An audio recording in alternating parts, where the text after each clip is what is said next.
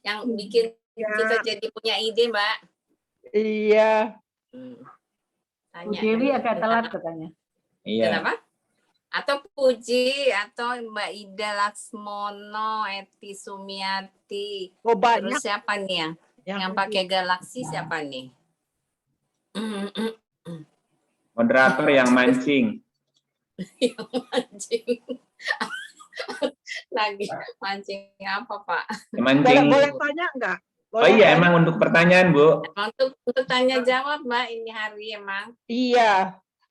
Ini kan sekarang sedang rame tentang artificial intelligence dan ada upaya untuk meningkatkan kualitas manusia melalui rekayasa genetik dan sebagainya. Jadi dalam teknologi yang mutakhir ini itu banyak dipikirkan untuk membuat manusia itu lebih tinggi, lebih kuat, lebih segala macam lah gitu. Jadi itu lewat genom. Nah, itu kayak orang yang dikaitkan dengan evolusi manusia. Ya, tapi tidak ada sama sekali menurut saya dari sisi agama itu bagaimana ya? Karena kan kita percayanya lain. Diturunkannya Nabi Adam itu kan bukan rekayasa kita, tapi Allah yang menetapkan kan itu untuk jadi khalifah di bumi. Jadi saya tuh agak kalau dengar wawancara cerita orang tentang upaya-upaya semacam itu kan sekarang ini soal genetik ini menjadi sangat diutamakan. Itu aja, Pak. Saya mau tanyanya gimana ya kalau dari sudut pandangan kita. Ini agak nyimpang dari yang lain-lain, nggak apa-apa ya? Iya, nggak apa-apa. Iya. Ya kan kalau kita lihat Quran, manusia itu kan diberikan pilihan gitu, Bu. Diberikan kebebasan untuk memilih. Memilih apa saja gitu. Misalnya mau milih mau jadi iman apa mau jadi kafir, monggo. Mau kepaksa apa mau sukarela, monggo. Itu kan ya manusia itu makhluk yang istilahnya diberi kebebasan untuk membuat pilihan gitu. Kalau kita lihat misalnya suratnya ini ya, dulu ayatnya dulu.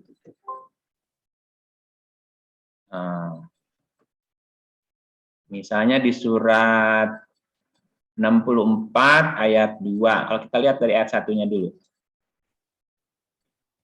Di sini dinyatakan yusabbihu lillahi ma fis samawati wa ma fil ardi lahul mulku wa lahul hamdu wa huwa ala kulli syai'in qadir. Kalau kita lihat terjemahan bebasnya, senantiasa bertasbih kepada Allah apa yang ada di langit dan apa yang di bumi.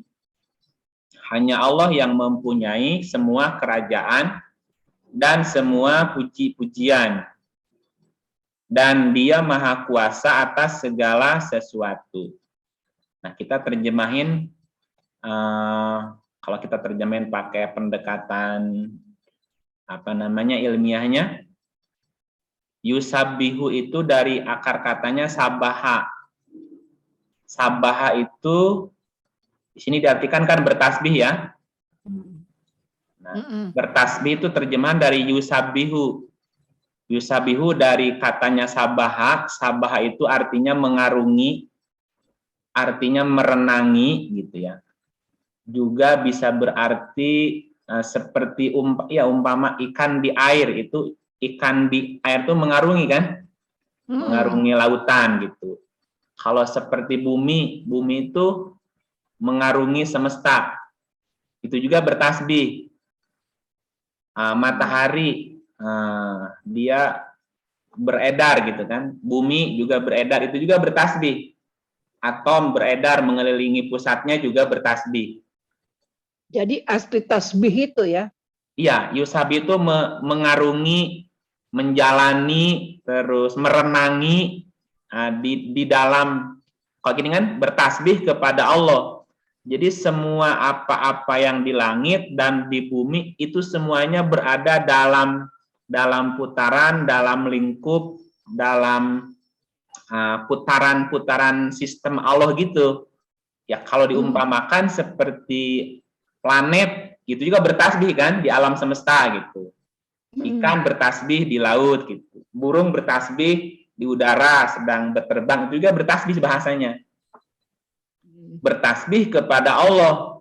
Jadi semua mengarungi Allah, semuanya merenangi Allah, semuanya berada di dalam kekuasaannya Allah gitu. Apapun yang ada di langit dan apa yang di bumi. Karena apa yang ada di langit, di bumi semuanya tidak bisa lepas dari kekuasaan Allah gitu. Atau dari pengetahuan Allah juga bisa. Atau tidak bisa lepas dari apa istilahnya, sistem, manajemen, aturan, hukum-hukum Allah. Nggak bisa, semuanya bertasbih di situ. Terus lahu kepadanya, kepada Allah, al-mulku, hanya Allah lah yang mempunyai semua kerajaan, ya termasuk kerajaan langit bumi. Walahul hamdu, dan semua pujian baginya. Wa huwa ala kulli syai'in qadir, dan dia maha kuasa atas segala sesuatu. Nah, akan tetapi kalau kita lihat ayat keduanya, sekalipun Allah itu maha kuasa atas segala sesuatu, tetapi Allah memberikan kebebasan kepada manusia untuk membuat pilihan. Nah, salah satu bebas memilihnya adalah di sini. Dialah yang menciptakanmu, huwaladzi khalaqakum, dialah yang menciptakanmu. Nah, menciptakannya ini menggunakan kata-kata khalaqa. Khalaqa itu satu akar kata dengan akhlak. Nah, akhlak itu juga berbicara karakter. Jadi dialah yang menciptakanmu dengan karakternya masing-masing gitu, Bu. Jadi setiap orang tuh punya karakter yang tidak sama antara satu dengan yang lain. Karena menciptakannya menggunakan khalaqa. Nah, khalaqa itu berbicaranya karakter. Nah, karakter itu salah satu faktor penentunya adalah ekstrak tanah yang asal kejadian dia gitu. Atau asal kejadian dia dari tanah berupa tanah apa juga nanti menentukan karakter gitu. Misal orang yang dilahirkan di daerah Sumatera sangat berbeda karakternya dengan orang yang dilahirkan di daerah Cianjur. Secara bawaannya beda, wataknya beda, kan itu dialeknya beda gitu. Nah, itu mencakup khalaqa. Dialah yang menciptakanmu dengan karakternya masing-masing. Nggak ada orang yang sama kalau begitu ya? Nggak ada. Setiap orang punya karakternya sendiri-sendiri gitu. Nah, gitu. Makanya khalaqa menggunakannya. Setiap orang juga punya takdir dan nasib yang beda-beda juga lain. Iya, punya garis nasib masing-masing, punya bakatnya masing-masing, punya minatnya masing-masing gitu. Itu berkaitan dengan khalaqa, semua karakter manusia gitu. Tidak ada yang serupa gitu. Nah, kemudian faminkum, maka di antaramu kafirun, ada yang kafir, dan di antaramu ada yang beriman. Nah, ini kan berarti manusia diberikan kebebasan memilih mau kafir atau mau mukmin. Nah, kalau kafir berarti posisinya dia menutup diri. Kafirun itu dari kata kafaro, artinya mendustakan bisa, mengingkari bisa, atau menutup diri dari informasi juga kafirun, atau menutup diri dari kebenaran juga kafirun, tidak mau menerima informasi dari luar juga kafirun. Kafir. Wa minkum mu'minun, dan di antaramu ada yang mukmin. Mukmin itu artinya komitmen, percaya gitu. Dia punya komitmen. Wallahu bima ta'maluna basir. dan Allah Maha melihat apa yang kamu kerjakan. Nah, kalau kita lihat dua ayat ini, bahwa semua makhluk sesungguhnya bertasbih kepada Allah. Bertasbih mengandung makna semuanya tidak ada yang bisa lepas dari kekuasaan Allah. Tidak ada yang bisa lepas keluar dari pengetahuan Allah. Nah, bertasbih itu begitu. Seperti ikan, nggak mungkin dia keluar dari air. Ketika ikan keluar dari air, maka dia akan menemui kematian, kan gitu ya. Iya. Sama seperti bumi, bulan, matahari, ketika dia keluar dari orbit, maka hancur dia, gitu bahasanya. Itu juga bertasbih. Nah, kemudian di ayat yang keduanya, Allah menciptakan manusia dengan karakternya masing-masing. Maka di antara manusia ada yang memilih jalan untuk kafir, menutup diri, mengingkari, mendustakan setiap fenomena yang nampak, fenomena yang ada berupa ciptaan-ciptaan Allah tadi. Ada yang percaya dan dia berkomitmen semuanya adalah sudah berjalan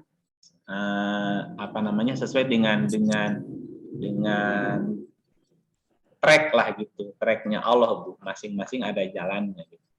Nah, lalu kemudian berkaitan dengan yang dipertanyakan, nah salah satu kelebihan, dan gini, bukan, Allah menciptakan manusia itu diberikan kelebihan atau dilebihkan dari makhluk yang lain gitu. 17 ayatnya 70.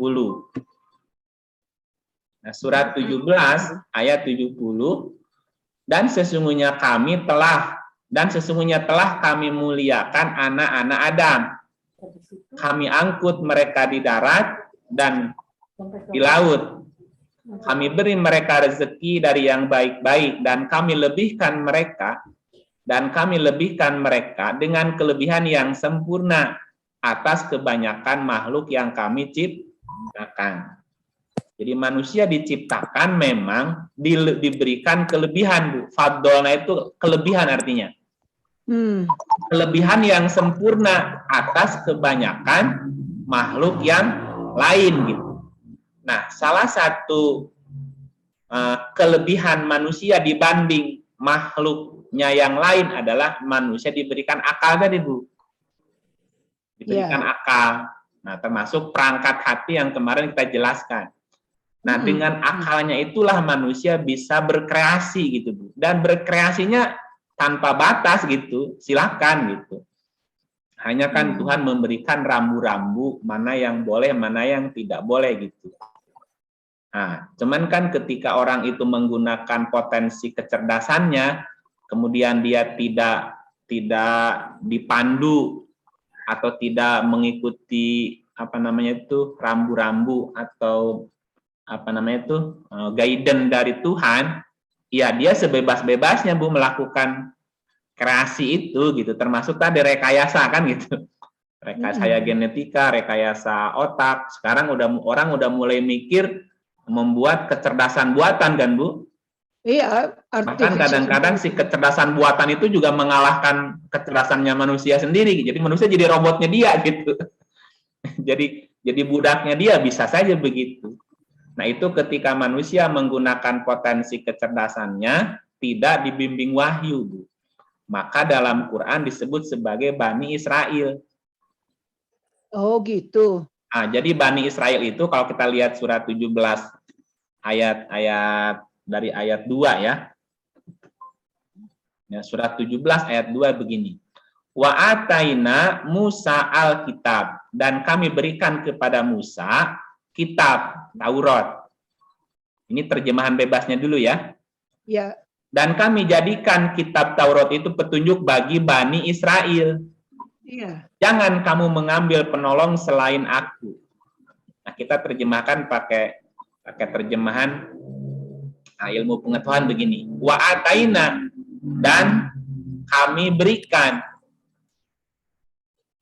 Musa kepada Musa itu maknanya kecerdasan, Bu. Ya. Musa juga bisa berarti pikiran yang tajam. Jadi kami berikan kepada sebuah kecerdasan gitu. Kan manusia udah diciptakan dengan kecerdasannya gitu ya. kami Ya. berikan kepada orang yang mau menggunakan kecerdasannya. Apa? Alkitabah berupa kitab Taurat. Taurat itu artinya riset, Bu, atau hasil riset. Jadi orang-orang yang menggunakan kecerdasannya bisa membuat sebuah riset. Atau orang yang bisa melakukan sebuah riset hanya orang-orang yang mau atau maksimal menggunakan potensi kecerdasannya gitu bahasanya. Ya. Karena orang yang tidak cerdas, gimana dia mau riset, Bu? Orang nggak ngerti masalahnya kok gitu. Nah gitu, kami berikan kepada orang-orang yang mau menggunakan potensi kecerdasannya, kemampuan untuk melakukan sebuah riset gitu. Terus, dan kami jadikan kitab itu, kitab Taurat tadi, dan kami jadikan si kitab, kalau sekarang apa? Kalau hasil riset itu apa? Jurnal ya, Bu ya? Ya. Ah gitu bahasanya gitu. Dan kami jadikan kitab Taurat dan kami jadikan kitab-kitab hasil riset itu petunjuk gitu, Bu, bagi Bani Israel. Nah, Bani Israel itu sebutan buat orang yang mau menggunakan potensi otaknya tapi belum mengikuti petunjuk wahyu gitu, Bu. Wow. Makanya dia dengan sebebas-bebasnya melakukan riset apapun, melakukan uji coba apapun itu, Bu. Nah, bahasanya gitu ya, kalau kita terjemahkan begitu. Jadi mereka menggunakan hasil risetnya untuk membuat sesuatu gitu, Bu. Membuat sesuatu. Nah, terus dengan berfirman, jangan kamu mengambil penolong selain aku. Ala tatakhidu min duni wakila. Janganlah kamu mengambil, di sini bukan penolong, wakil, selain aku. Jadi gini, pesannya dari Tuhan, silakan kamu melakukan rekayasa atau kreativitas apapun dari sebuah hasil riset untuk melakukan apapun. Dengan catatan jangan mengambil selain aku sebagai wakil. Wakil itu kan yang diwakilkan, yang dipercayakan gitu. Jadi jangan keluar dari realitas gitu. Jangan menyimpang dari kenyataan gitu, bahasa gitu. Karena Tuhan sendiri kan dari kata laha itu artinya kenyataan atau realitas. Nah, ketika Bani Israel itu mengambil wakil selain Tuhan, nanti dikena di ayat berikutnya. Nah, kita ayat 3 dulu ya. Siapakah yang menjadi Bani Israel itu? Dzurriyyata man hamalna ma'anuhin, yaitu anak cucu dari orang-orang yang kami bawa bersama sama Nuh. Nah, sekarang kalau kita membayangkan atau menentukan Bani Israel itu adalah generasi setelahnya Musa, Nuh kan diutus sebelumnya Musa, Bu. Nah, sementara di ayat ini Bani Israel adalah keturunannya Nuh. Lah gimana ya? Kan gitu. Jadi secara sejarah nggak nyambung ini, karena sejarahnya kan dari Nuh ke Israel kan jauh. Ya. Kalau kita urut dari Nuh, Hud, Soleh, Ibrahim, Ismail, Ishak, Yakub. Nah, dari itu udah dari Ibrahim aja udah berapa? Dari Nuh aja udah 7 generasi, Bu. Sampai ke Yakub. Yakub itulah Israel gitu. Nah, anaknya Yakub menjadi Bani Israel. Nah, sementara di ayat ini Bani Israel adalah cucu dari Nabi Nuh gitu. Nggak nyambung, Nah, secara sejarah jadi nggak nyambung kan gitu. Tapi secara konsep nyambung gitu. Bahwa Bani Israel adalah orang-orang yang sudah menggunakan potensi otaknya, tapi belum mengikuti petunjuk wahyu gitu. Dan itu sudah berlaku sejak zaman Nuh gitu. Gitu ya. Yaitu anak cucu dari orang-orang yang kami bawa bersama-sama Nuh. Nah, Nuh sendiri secara konsep artinya prinsip keprihatinan atau jeritan hati atau prihatin Bu gitu. Sekarang gini, prihatin tuh gini. Untuk melakukan sebuah riset Bu, itu bisa nggak dengan senang-senang, leha-leha, bercanda-canda gitu Bu? Enggak. Itu kan butuh apa namanya? Ya butuh sebuah prinsip keprihatinan. Prihatin mau menjalani prosesnya, prihatin menjalani besar biayanya, lama waktunya gitu kan gitu. Nah, sehingga orang-orang yang mau prihatin itulah yang bisa melakukan proses riset tadi gitu. Innahu sesungguhnya dia Nuh kana abdan syakuro. Nuh adalah hamba Allah yang bersyukur. Nah, bersyukur ini lawan dari kafir tadi, Bu.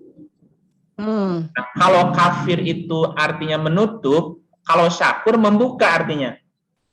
Orang kafir orang yang menutup diri. Nah, orang yang bersyukur berarti orang yang membuka diri. Gitu.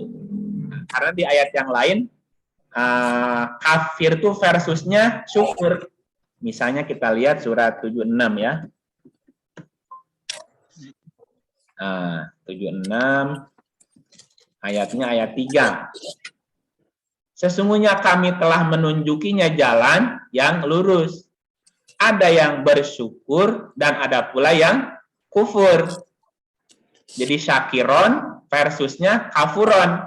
Syukur versusnya kufur gitu. Kalau kufur artinya menutup diri. Ya tadi menutup diri dari kenyataan, menutup diri dari informasi, menutup diri dari setiap realitas. Nah, itu kan kafuro namanya. Nah, orang yang bersyukur berarti orang yang membuka diri, menerima kenyataan, siap menerima juga informasi, membuka diri namanya. Itu syakuron namanya, atau syakiron artinya gitu. Nah, kalau kita kembali ke ayat sebelumnya tadi berapa? 17 ya. Bahwa Bani Israel itu juga termasuk anak cucu Nabi Nuh kan gitu. Nah, di ayat 4, nah ketika manusia itu menggunakan potensi kecerdasannya atau potensi otaknya, kemudian dia melakukan sebuah riset, dari risetnya dia melakukan rekayasa tadi Bu, tapi dia tidak mengikuti petunjuk wahyu gitu. Tidak dibimbing wahyu bahasanya. Maka nanti kenanya di ayat 4. Apa? Wa qadoina ila bani Israil, dan kami telah tetapkan terhadap Bani Israel. Nah, Bani Israel di sini tadi saya sampaikan adalah konsep orang-orang yang sudah menggunakan potensi otaknya, sudah menggunakan potensi kecerdasannya, gitu ya, untuk mengaplikasikan, merealisasikan hasil riset. Tapi tadi dia belum berpetunjuk wahyu, gitu kan? Ya. Dan telah kami tetapkan terhadap Bani Israel dalam Alkitab itu apa? Latufsidunna fil ardi, sesungguhnya kamu akan membuat kerusakan di bumi. Marrota ini 2 kali. Wala ta'lunna uluwan kabiro, dan pasti kamu akan menyombongkan diri dengan kesombongan yang besar. Apa maknanya? Ketika manusia sudah menggunakan potensi kecerdasannya, potensi otaknya, lalu dia melakukan sebuah riset dan risetnya diaplikasikan atau dipraktekkan, tapi dia tidak mengikuti petunjuk wahyu, maka ada kemungkinan besar akan jadi dari hasil risetnya itu akan membuat kerusakan di bumi 2 kali gitu. Apa maknanya 2 kali di sini? Bisa 2 kali periode, bisa 2 dalam arti 2 gini. Kan manusia itu ada tubuh fisiknya kan, ada tubuh, ada psikologisnya, ada biologisnya kan? Nah, berarti manusia juga bisa dirusak secara biologis dengan rekayasa genetika tadi, atau juga bisa dirusak secara psikologisnya, Bu. Iya. Bisa begitu, bisa 2 kali itu bisa gitu. Atau 2 kali itu 2 periode. dua siklus gitu, dua peradaban bisa gitu. Dan pasti kamu akan menyombongkan diri dengan kesombongan yang besar. Sesuatu yang mungkin dibilang wajar juga, Bu, karena dia merasa jadi superior kan, dia bisa melakukan apapun, maka timbul kesombongan gitu. Dan bahkan bisa jadi orang mengaku dia sebagai, katakanlah, bukan sebagai Tuhan. Bisa juga dia akhirnya menuhankan ilmu pengetahuannya kan gitu. Dibanding menuhankan Tuhan yang sebenarnya yang menciptakan manusia itu gitu. Jadi rambu-rambunya hanya di sini aja. Ketika orang melakukan sebuah penelitian, riset, kemudian membuat rekayasa, tadi selama dia mengikuti petunjuk wahyu, maka itu nggak masalah, aman-aman saja gitu. Tapi ketika dia sudah tidak mengikuti petunjuk wahyu, maka besar kemungkinan akan terjadi kerusakan gitu. Dan kerusakannya dua kali lipat gitu.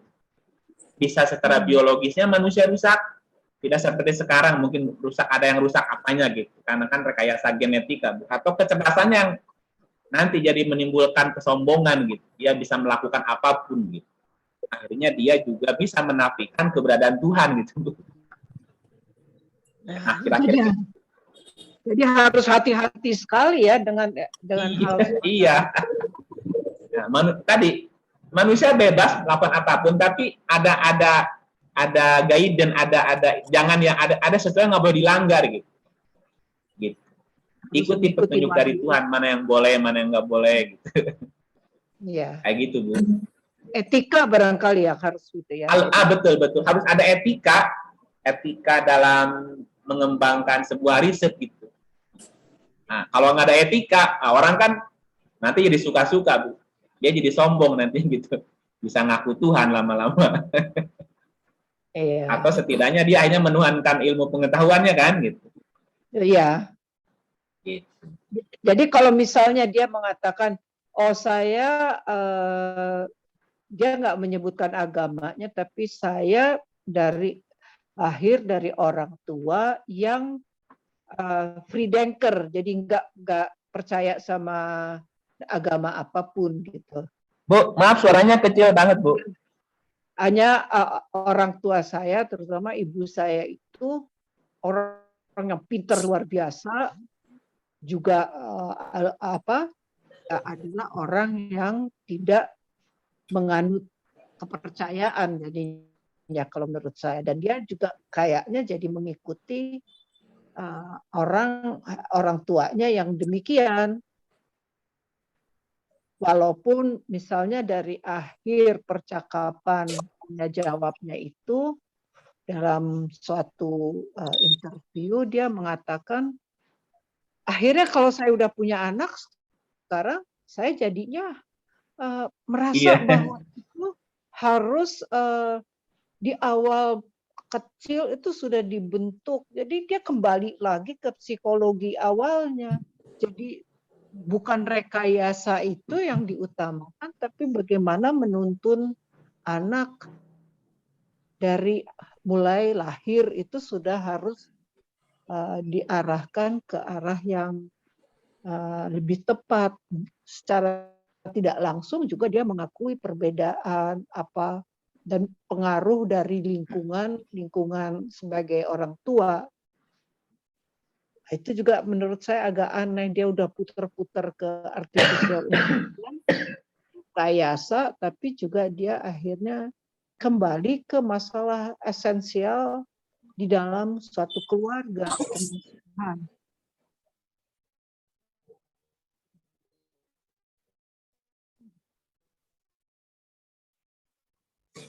Iya.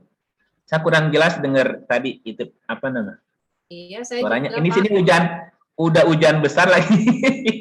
Jadi berisik suaranya. Maaf nggak kedengeran ya Pak? Nah ini sekarang udah jelas Bu. Tadi jauh kayaknya ya. Oh gitu. Iya. Ya, iya. Saya dengar dari interviewnya itu ujung-ujungnya itu dia juga tidak kelihatan lagi potensi hebatnya itu, tapi dia lebih mengarahkan ke masalah pembentukan psikologisnya. Iya, iya. pada pengasuhan anak dan sebagainya, itu membuat dia juga jadi agak bimbang juga ya. Tapi itu karena orang yang mungkin tidak gitu percaya, tidak di-guide sama agama, nggak percaya sama Tuhan, makanya jadi dia merasa lebih dari otaknya aja begitu. Iya, iya, Padahal iya. ya Iya, benar-benar gitu. pinter sekali, orangnya pinter sekali gitu. Ya, Perempuan ini pinter sekali gitu. ya makanya nantinya kan tadi ketika manusia tidak dibimbing wahyu, besar Iya. kemungkinan tadi dia dimenuhankan otaknya nanti. Nah, Betul, efeknya nanti kan efeknya jadi merusak keridoan gitu. Merusak Iya. bumi itu merusak tatanan namanya. Tatanannya jadi rusak. Ini yang sekarang kan sedang itu kan Pak, perubahan-perubahan dunia itu ke arah situ. Ya kan, jadi kalau kita juga di dalam pengasuhan kan dalam penanaman agama ini juga harus benar juga ya dengan pemahaman.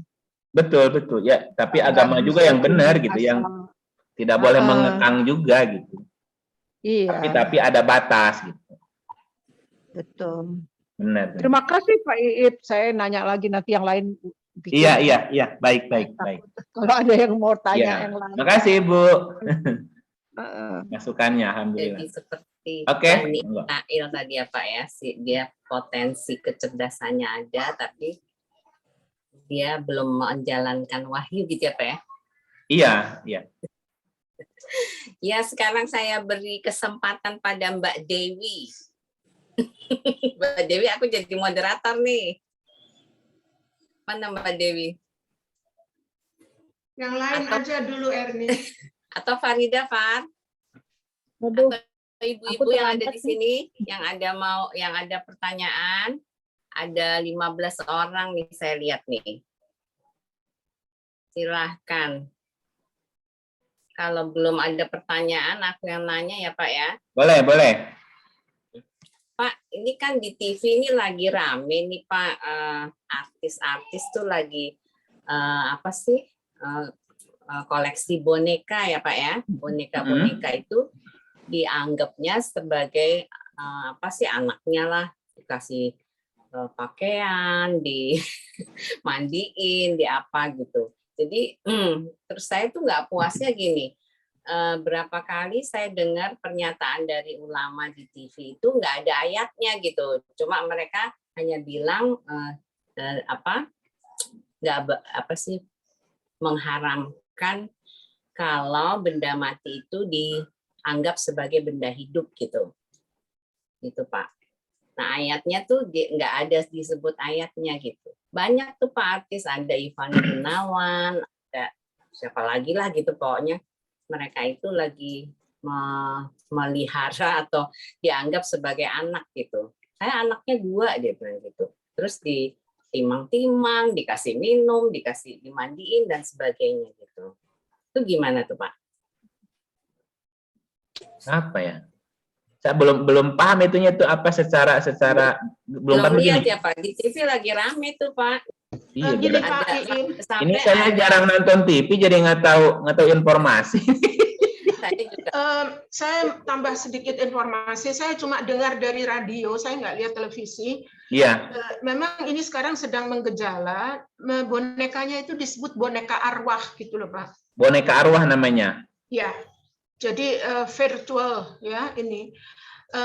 Boneka ini katanya itu harganya mahal Pak, 10 jutaan ke atas satu boneka, dan bonekanya ini katanya dimasuki arwah gitu, jadi seperti diperlakukan seperti makhluk hidup, dan yang mengisi atau yang memberikan dan yang menjual itu orang-orang yang indigo gitu. Nah, ini sampai diperlakukan betul-betul seperti bayinya sendiri, tetapi bayi-bayi ini atau anak-anak ini bisa mendatangkan keuntungan-keuntungan untuk pemiliknya. Misalnya kalau mau beli lotre atau pengen untung sesuatu itu tanya sama si bonekanya, itu bisa dapat petunjuk gitu.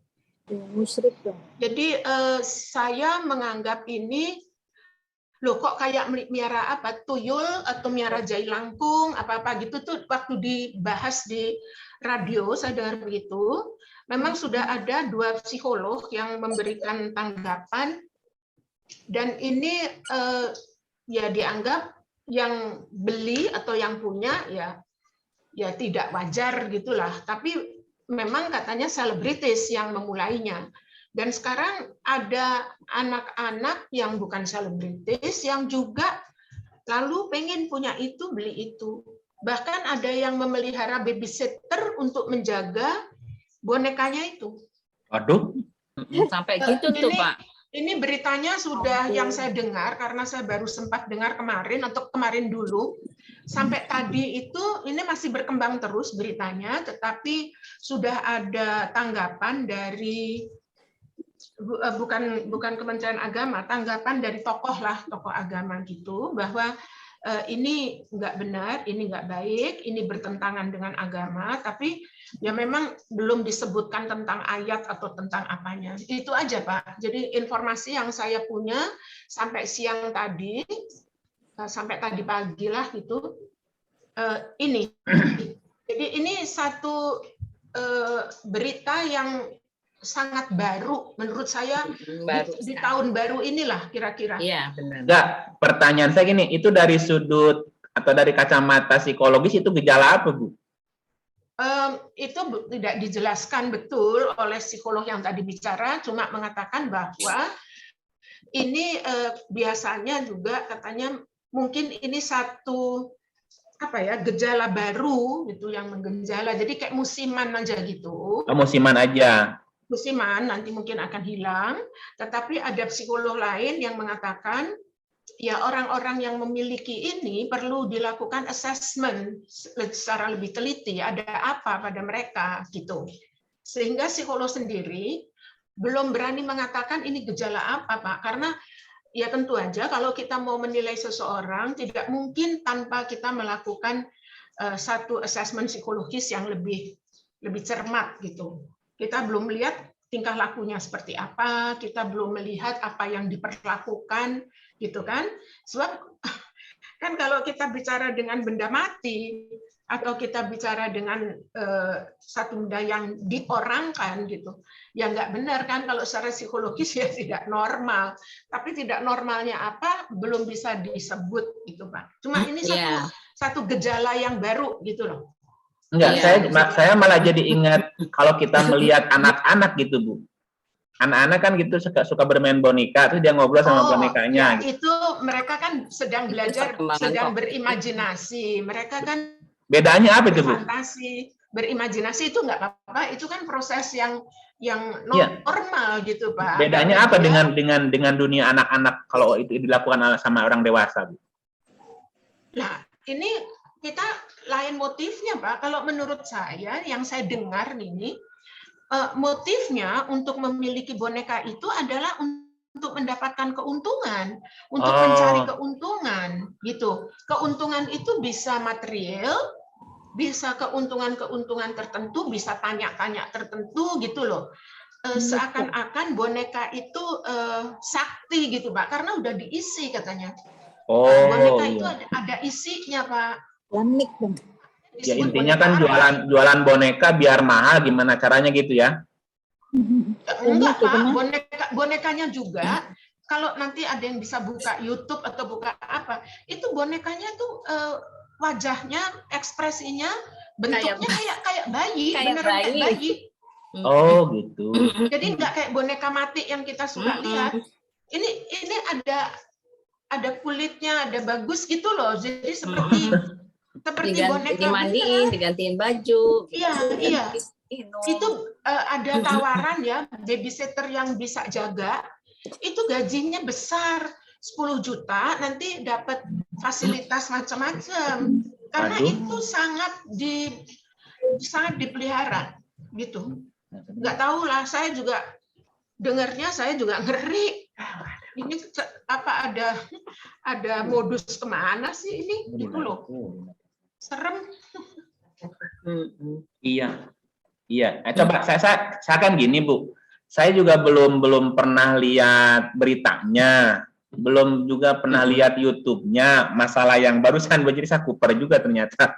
Nah, tapi dari cerita tadi coba kita lihat ayat ini ya. Apakah ayat ini cocok atau tidak juga saya nggak ngerti. Coba kita lihat dulu ya. Ada istilahnya. Surat An-Najm 53 ayatnya 19. Afara'aitumul Lata wal Uzza. Apakah patut kamu, di dalam kurungnya hai orang musyrik. Kenapa ada kata-kata ini dikurungin ini? Iya. Karena dulu yang melakukan ini orang-orang itu musyrik gitu ya Bu ya. Atau yang dikurungnya ditutup dulu ya.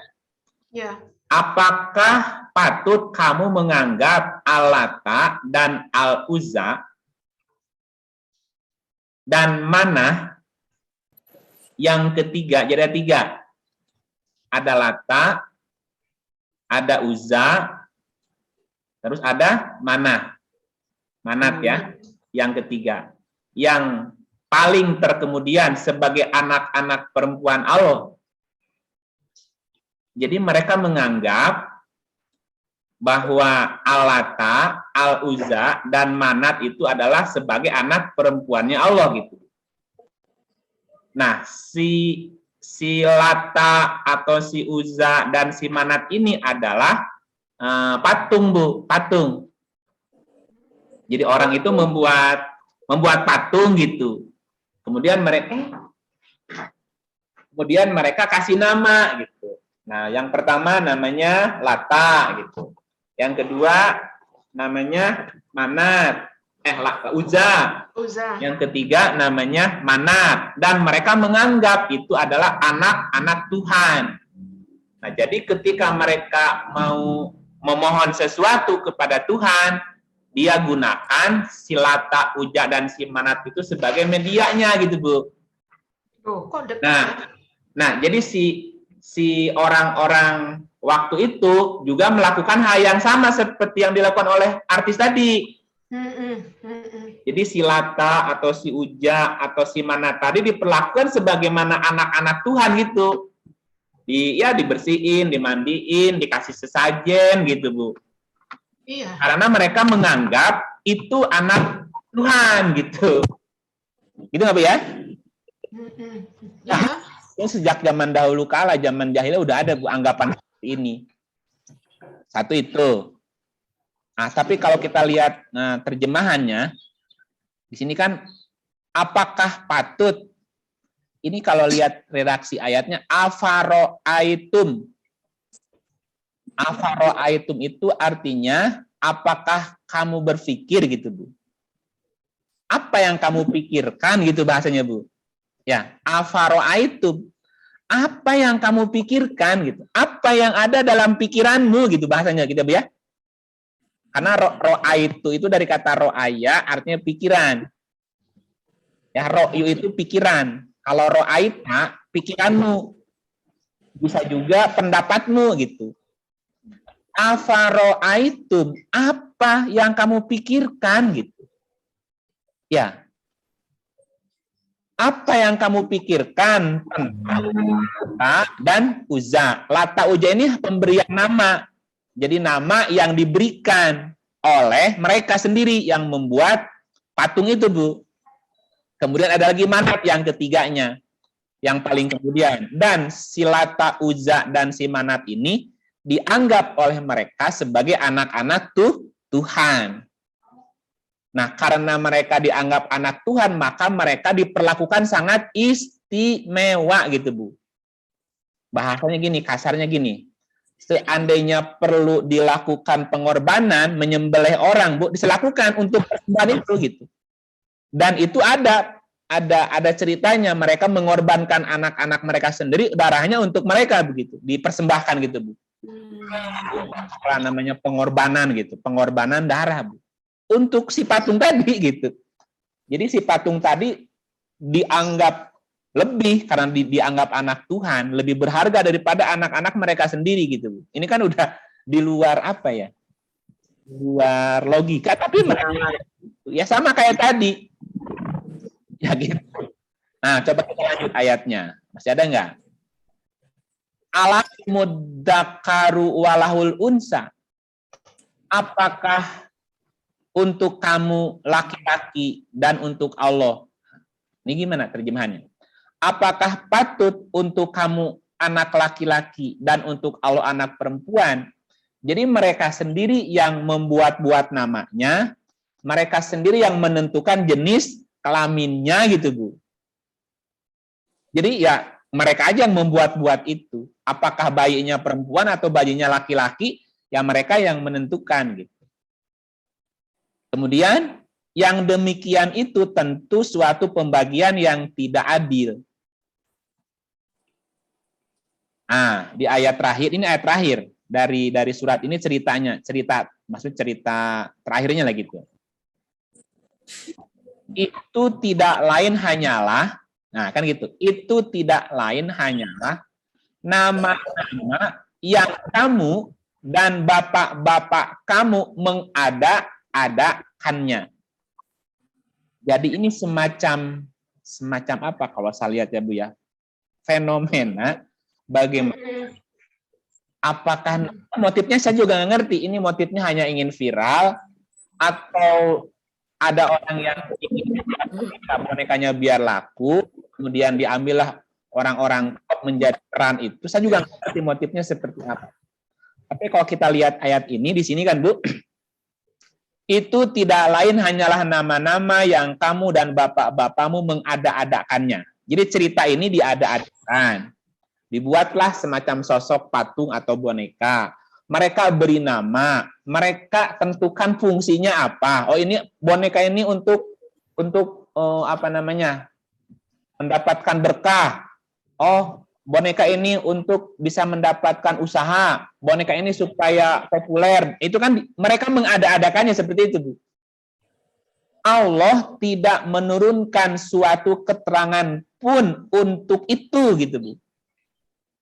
Jadi perilaku ini jadi mirip ya ceritanya. Jadi perilaku ini Bu, itu nggak ada keterangannya kecuali mereka sendiri yang mengada-adakannya gitu. Mereka lanjutin. Mereka tidak lain hanyalah mengikuti sangkaan-sangkaan. Ini kan yang mereka orang indigo. Dialog dengan arwah. Nah, boneka dikasih arwah. Ini disebut boneka arwah, boneka yang ada arwahnya gitu ya.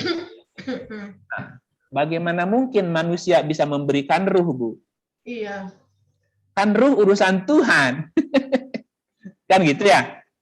Nah, mereka hanya mengikuti sangkaan-sangkaan dan apa yang diingini oleh nafsu mereka.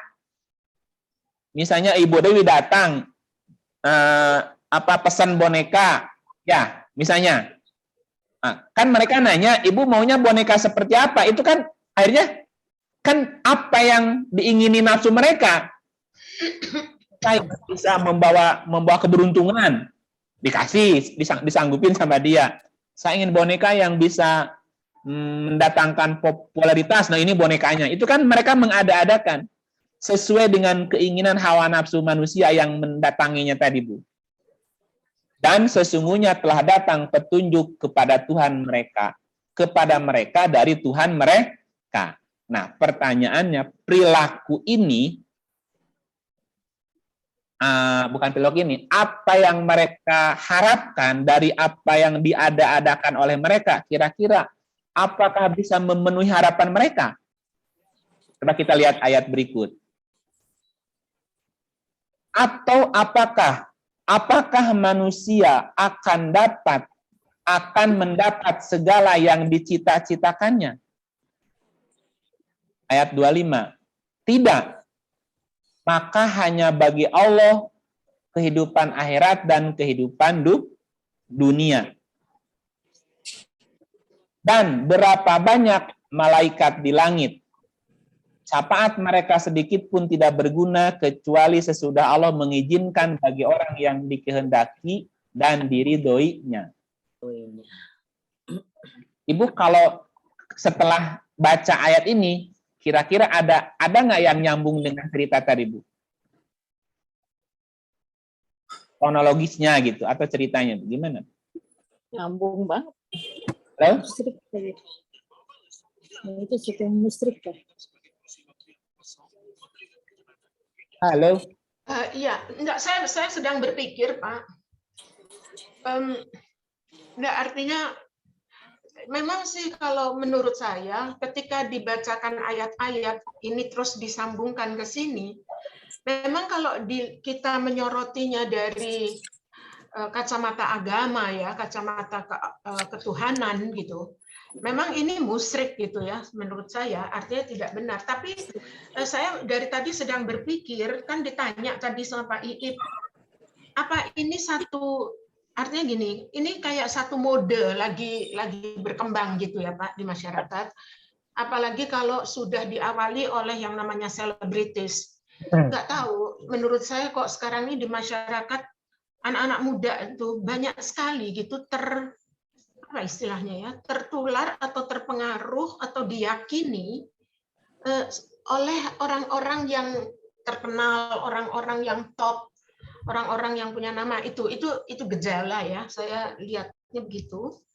Jadi saya kalau ditanya Pak Iip ini ayat ini cocok apa enggak, saya yang enggak benar. Kalau menurut saya dari sejak pertama saya mendengarkan ini, menurut saya ini udah enggak benar gitu. Tetapi ada yang mengatakan ini kan cuma satu mode gitu ya, satu gejala yang sedang terjadi, nanti sebentar juga hilang. Kayak dulu orang rebutan itu apa namanya, batu cincin itu loh Pak. Ya akik apa batu itu kan sampai pernah orang tergila-gila pada batu akik, bisa beli yang harganya puluhan ratusan juta gitu. Iya benar. Ya, dan percaya bahwa batu akik tertentu itu membawa apa ya namanya, membawa kebahagiaan, membawa apa, itu ada jimatnya segala gitu. Tapi kan itu nggak sampai setahun ya, atau setahun 2 tahun di Jakarta aja yang saya dengar. Itu hilang, udah gitu. Apa seperti itu, gitu loh. Selalu ada muncul ya di masyarakat tuh gejala-gejala yang semacam ini gitu. Ya kalau dikaitkannya semua batu akik maupun apa dengan agama sih menurut saya yang enggak nyambung. Enggak maksud saya itu tentu tidak mendapat pembenaran gitu. Iya. Jadi memang mestinya mungkin dilihatnya, dibahasnya barangkali harus dari sudut pandang yang lain gitu ya, entah secara sosiologis, entah secara antropologis, betul. Secara apa itu barangkali begitu. Kalau dari segi agama ya udah nggak kena gitu loh Pak, nggak bisa. Nggak nyambung. Mbak Dewi, Ya. Pak Ip, kalau secara psikologis tuh ada psikolog yang bilang apa ini sebuah delusi, jadi dia nggak bisa membedakan yang benar apa enggak, yang nyata apa tidak gitu. Jadi tapi dibilang begitu juga belum, karena kalau orang yang delusi itu kan dia benar-benar ngotot bahwa itu orang yang apa? Delusi. Oh iya, itu memang Pak, tadi yang di radio itu bilang ini bisa halusinasi, ini bisa delusi. Tapi jadi dia nggak bisa membedakan yang nyata dan tidak. Tapi kalau bayi itu bukan makhluk hidup. Kalau ini analisa saya pribadi ya, analisa saya. Ini yang memiliki boneka-boneka itu, saya menduga adalah mereka-mereka yang memang tidak bisa menemukan makna yang sesungguhnya dalam kehidupan. Gitu.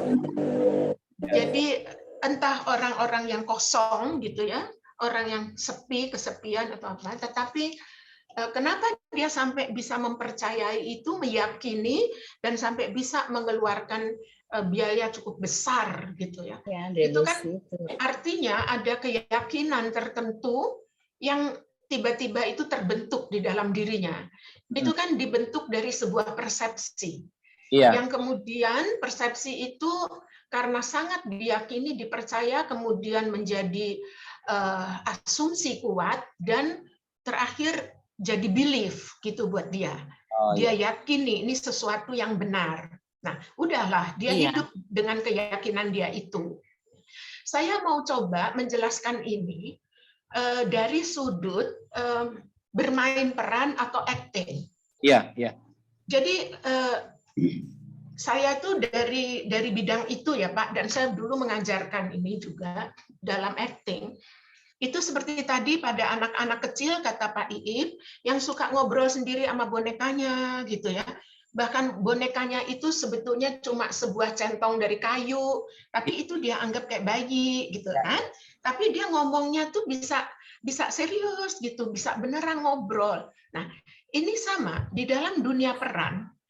Orang yang menguasai ya acting dengan baik itu sebetulnya adalah orang yang mampu menciptakan persepsi, menciptakan satu imajinasi yang dia hidupi di dalam dirinya, dan dia yakini bahwa dia adalah orang itu, dia adalah tokoh itu, dan dia melihat lawan mainnya sebagai tokoh yang ada di dalam peran. Sehingga pada waktu dia menjalankan peran itu bagus sekali. Persis seperti apa yang digambarkan gitu. Nah, jadi ini bisa diciptakan dalam diri kita. Dengan konsentrasi yang baik, dengan imajinasi yang baik, kaya, dan kemudian diyakini, maka dia akan jadi. Tapi nanti setelah selesai permainannya, dia kembali ke dirinya lagi sendiri. Itu sebabnya dari beberapa pengalaman, saya dulu ada 1-2 teman yang karena imajinasi dan kemudian proses meyakini peran itu sangat kuat, dia nggak bisa kembali lagi ke dirinya gitu loh. Oh iya, iya. Ya, jadi dia masih tetap kesehariannya tuh bicaranya dengan bahasa itu, gayanya seperti ada yang seperti orang yang dalam peran itu. Susah sekali dia kembali ke dalam dirinya sendiri. Nah, ini yang tidak diizinkan. Untuk seorang pemain yang bagus, nggak boleh kayak gitu. Dia harus bisa kembali lagi. Dulu tuh ada kasusnya Marlon Brando, itu bintang zaman dulu. Mungkin Pak Iip belum lahir, mungkin Pak Iip ya. Belum lahir. Marlon Brando itu saya aja masih kecil, itu masih muda. Dia itu pernah ketika memainkan satu peran yang bagus sekali dalam film dan hebat, dia bisa dapat best actor gitu. Dia ketika selesai main, dia tidak bisa kembali menjadi dirinya sendiri, dan kemudian ada satu lagi perempuan juga, dan dia sampai harus dirawat di rumah sakit jiwa. Untuk dia bisa kembali kepada dirinya ya.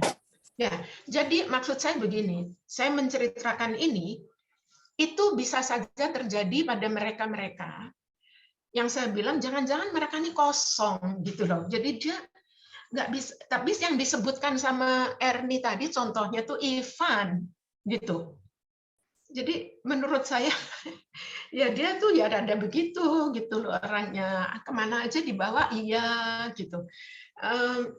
Saya kira untuk mereka-mereka atau anak-anak muda yang cukup kuat gitu ya pribadinya, itu nggak akan sampai beli boneka yang kayak gitu, nggak mungkin. Ini dari tadi saya pikirkan karena kemarin-kemarin saya juga bertanya-tanya tentang kasus-kasus ini. Iya. Ya saya cuma ingat ayat ini, Bu. Ya ini kan kalau kita baca terjemahan bebasnya sih memang tidak nyambung, tapi kalau kita dikorelasikan ya mirip ceritanya gitu. Jadi mereka Iya, Pak. Mereka kasih nama. Iya, betul. Juga membuat anggapan-anggapan yang mereka inginkan gitu. Nah, tapi itu Allah bilang itu hanya sangkaan aja gitu, hanya angan-angan mereka gitu. Nah, cuman tadi ketika ini dibawa ke ranah apa tadi? Jadi kepercayaan, dibawa ke ranah jadi ranah keyakinan. Orang jadi bilangnya ini sirik gitu. Iya, karena pengen dianggap benar-benar. Nah, kalau kita ingin sambungkan dengan kalau kita lihat ayat pertama tadi ini ada kalimat kurung. Ya. Gitu. Jadi ini ada indikasi kalau kalau si patung ini, si boneka ini udah dianggap punya kekuatan, dianggap bisa membawa keberuntungan, nah ini kan udah nyerempet ke keyakinan gitu. Nah mungkin yang orang bilang, oh ini udah bisa musyrik nih. Nah kita lihat di surah 4 ya, 116 kita lihat Bu. Di surah 4, 116. Kalau kita mau kaitkan dengan cerita musyrik ya, sesungguhnya Allah tidak mengampuni dosa mempersekutukan dengan Dia. Innallaha sesungguhnya Allah la yaghfiru tidak mengampuni ayusyraka bihi. Orang yang mempersekutukan Dia gitu. Wa yaghfiru ma duna dzalika liman yasha, dan Dia mengampuni dosa selain dari syirik itu bagi siapa yang dikehendakinya. Terjemahannya gini, terjemahan ilmiah. Innallaha sesungguhnya Allah itu kan dari akar katanya laha lauhan artinya asal, pangkal, sumber getar, terciptanya segala macam ragam warna alam semesta. Nah, kalau satu kalimat Allah itu bisa disebut juga sebagai kenyataan atau realitas. Dan selain itu adalah ilusi kan gitu Bu. Allah itulah sang realitas itu sendiri gitu. Nah, tidak mungkin kenyataan itu punya derivat. Derivat itu apa ya? Derivat itu ada tandingannya, nggak mungkin ada anaknya juga. Kenyataan A ya A gitu ya Bu ya. Makanya Allah tidak bisa dipersekutukan. Tidak boleh dibilang punya anak karena Allah nggak punya derivat, nggak punya turunan gitu. Kenyataan tuh ya kenyataan gitu. Kalau kenyataannya A, nggak mungkin bersamaan kenyataan A ada kenyataan B kan gitu. Nah bahasanya gitulah. Sehingga Allah tidak mengampuni dosa mempersekutukan Dia gitu. Nah kalau kita lihat gofaro la yaghfiru, diartikannya mengampuni. Mengampuni itu kalau dari segi bahasa, gofaro itu mengembalikan artinya. Jadi ketika orang sudah membuat kenyataan, padahal itu adalah ilusi gitu Bu ya. Kan gini, kan ini boneka. Ini kan boneka. Nah, dia buat si boneka tadi yang benda mati dianggap menjadi benda hidup kan gitu ya. Ini kan sudah mempersekutukan, menduakan kenyataan namanya Bu. Bisa paham nggak Bu?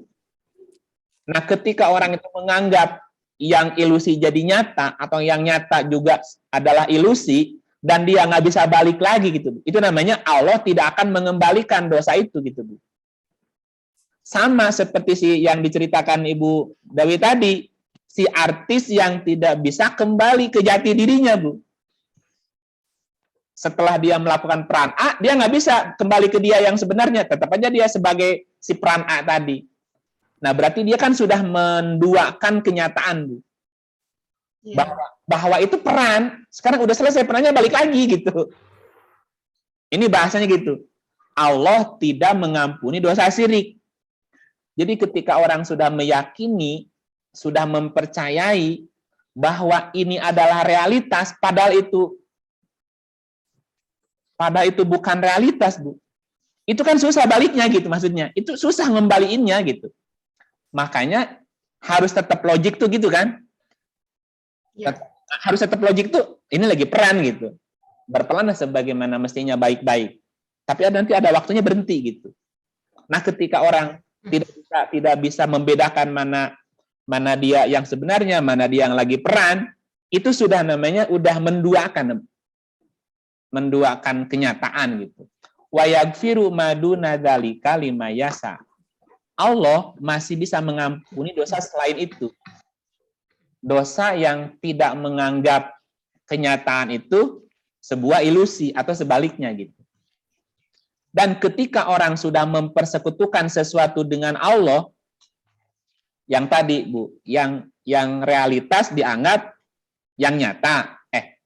Yang nyata ilusi. Yang bukan realita jadi nyata. Jadi ketika orang itu nggak bisa membedakan tadi Bu, udah nggak bisa bedain mana dunia nyatanya, mana dunia ilusinya, mana dunia halusinasinya, dunia perannya, Bahasa Tuhannya faqadola dolalan ba'ida. Sesungguhnya dia telah tersesat sangat jauh sekali gitu. Bahasanya gitu. Nah, coba kita lanjut ayat ini. Apa bentuk atau contoh menduakan Tuhan itu? Mirip dengan cerita tadi sebetulnya. Iyaduna min dunihi illa inasan, yang mereka sembah, bukan sembah sebetulnya, yang mereka seru, yad'u itu seru ya, bukan disembah. Iyaduna, yang mereka panggil, yang mereka seru, yang mereka ajak bicara, yang mereka ajak tadi apa? Ajak ngobrol gitu ya. Min dunihi, selain Allah itu tidak lain hanyalah inasan. Artikelnya berhala. Nah, inasan itu mirip dari kata unsa, Bu. Inasan itu dari kata unsa. Unsa itu artinya perempuan atau orang yang punya karakter perempuan atau yang dianggap perempuan. Nah, sebetulnya kenapa mereka ayat ini turun menggunakan kata-kata inasan? Karena inasan di mata mereka itu adalah jenis kelamin manusia kelas 2 gitu, Bu. Maka mereka mengklaim anak laki-laki punya kami, anak perempuan punya Tuhan gitu bahasanya, Bu. Jadi anak perempuan dikembalikan ke Tuhan. Jadi mereka menyeru. Jadi yang mereka seru itu, yang mereka seru selain Allah itu hanyalah sebuah berhala gitu. Nah, berhala itu kan bisa banyak bentuknya tadi, Bu. Bisa boneka, bisa patung, bisa apapun. Bisa benda apapun, termasuk si batu akik, batu apalah, pokoknya benda apapun bendanya. Nah, ketika si benda itu sudah jadi objek tempat mereka dialog, objek tempat mereka diskusi, objek tempat mereka mengadu, objek mereka tempat bertanya atau memohon sesuatu kan itu. Nah, wa iyaduna, dan yang mereka seru itu tidak lain hanyalah syaitonan, marida yang durhaka. Jadi, gini bahasanya. Ketika manusia sudah menganggap sebuah benda, sebuah barang, itu punya kekuatan, punya apapun yang sesuai dengan anggapan mereka, maka nanti ada syaiton masuk di situ, Bu. Nah, sehingga nanti si syaiton itulah yang akan mengabulkan permohonan si orang tadi. Nah, itu dia bilang, tuh kan bener kan? Kemarin aku minta sesuatu dikabul loh, kejadian gitu. Kenapa? Ini ada peran syaiton di situ nanti. Iya. Jadi si syaiton itu membuat mereka tambah yakin dengan anggapan mereka gitu. Tambah yakin karena dikabulkan permohonannya.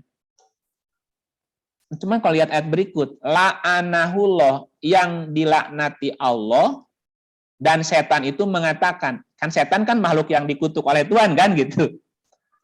Waqala, dan berkata, waqala, saya benar-benar akan mengambil dari hamba-hamba engkau sebagian yang sudah ditentukan untuk saya. Jadi setan berkata, saya benar-benar akan mengambil dari hamba-hamba engkau bagian yang sudah ditentukan untuk saya. Artinya memang ada, Bu, ada jatah bagi syaiton untuk mendapatkan pemirsa gitu, Bu. Bukan pemirsa, klien. Mendapat penggemar. Penggemarnya, dan ternyata itu ada penggemarnya kan gitu. Nah, cuman ketika tokoh pertamanya diperankan oleh orang-orang top, orang kaya atau orang populer, Bu, diikuti sama yang lain gitu. Kalau orang biasa yang melakukan itu mungkin orang lain nggak peduli. Iya. Tapi kalau lihat, si Anu juga loh, ini artis top, artis ini loh orang kaya atau orang gini juga melakukan. Nanti orang pada ngikut tuh. Dan di ayat ini dibilang memang ada jatah bagi syaiton untuk mendapatkan klien, mendapatkan penggemar begitu. Dan kayaknya memang ini bakal banyak penggemarnya, Bu. Kalau lihat ayat ini, Bu, karena memang ada jatahnya nih. Saya akan saya benar-benar akan mengambil dari hamba-hamba engkau bagian yang sudah ditentukan untuk saya. Memang ada orang yang memang bagian untuk dia lagi. Ini masih lanjut. Kata setan. Kata setan. Dan ini masih kata setan nih. Dan aku benar-benar akan menyesatkan mereka. Tambah jauh mereka, Bu. Tambah susah dibalikinnya tadi. Apalagi kalau sudah berani bayar belanja babysitter 10 juta Bu hanya untuk merawat boneka doang. Iya, betul. Itu kan sudah apa namanya? Udah Nggak realistis, nggak masuk akal. realistis sudah, dan akan tambah lagi, dan akan membangkitkan angan-angan kosong pada mereka. Udah tambah semakin berangan-angan. Terus dan menyuruh mereka tuh ini ditambah dikurung ya, memotong telinga dan binatang. Jadi gini, dan akan menyuruh mereka melakukan sesuatu yang seperti makhluk hidup, Bu. Ya kayak tadi dimandiin, diperlakukan seperti layaknya bayi gitu. Padahal ini kan ini enggak, bukan, itu namanya setan membangkitkan angan kosong. Lalu mereka benar-benar memotongnya. Kalau memang berkuku dipotong kukunya, rambutnya dipangkas rambutnya, seperti diperlakukan makhluk hidup biasa. Dan akan aku suruh mereka mengubah ciptaan Allah. Lalu benar-benar mereka merubahnya. Barang siapa yang menjadikan setan menjadi pelindung selain Allah, maka sesungguhnya ia menderita kerugian yang nyata. Gini bahasanya. Masih banyak bayi yang beneran bayi, yang perlu dibantu. Masih banyak yang benar-benar bayi yang perlu dibantu, giginya, kesehatannya macam-macam. Tapi sekarang mereka alihkan biaya itu untuk merawat boneka yang boneka benda mati gitu. Ini bahasanya mereka merubah ciptaan gitu. Yang seharusnya dirawat nggak dirawat. Yang seharusnya nggak dirawat mereka rawat gitu, Bu. Jadi mereka lupa merawat manusia yang sebenarnya manusia. Mereka sekarang merawat yang benda mati yang tidak ada perintahnya untuk dirawat, bahasanya gitu, Bu. Ini bahasanya mereka udah merubah ciptaan Tuhan. Udah salah melihat tadi, salah persepsi ya, itu namanya udah jauh tadi, dan mereka akan mendapat tadi kerugian yang nyata nantinya. Ya mungkin sekarang belum terasa ya. Jadi kalau ada orang bilang ini sudah cenderung atau condong atau mengarah ke musyrik juga ada benernya, Bu. Jika kalau anggapannya sudah sampai seperti ini, sampai melupakan sesuatu yang benar-benar mesti dirawat tadi. Kayak gitu. Ya, saya baru sadar ini Bapak memperlihatkan ada ayat-ayat yang seperti ini. Karena tadinya saya mikir, ini kalau dari agama, dari Al-Quran ada nggak ya ayatnya gitu? Karena kan mestinya ada yang paling tidak memberikan peringatan ya kepada mereka. Tapi memang ada sudah mulai pada instansi yang lebih tinggi, ini sudah mulai disinggung kok. Gitu. Jadi saya nggak tahu apakah ada tokoh agama yang sangat bisa berpengaruh gitu ya di masyarakat untuk membahas ini, karena jelas ayat-ayatnya kalau menurut saya jelas banget ini yang namanya setan itu ya begini. Iya, mudah nanti saya share videonya, mudah-mudahan ada yang lihat yang lain. Ada di YouTube, Pak, di YouTube Kak. Makanya Butar kayaknya tadi lagi ini ya, lagi browsing di YouTube, coba di YouTube nih, banyak banget nih tentang banyak sekali, dan ada foto-fotonya ya Tati. Ada banyak banget. Betul, saya kemarin lihat ada 2 perempuan masing-masing gendong gitu, ada nggak Tati situ? Ada. Si bayinya tuh bonekanya persis kayak bayi. Bukan Iya, kayak bayi beneran. Benar. Udah ada belum yang orang yang bahas di tentang ini?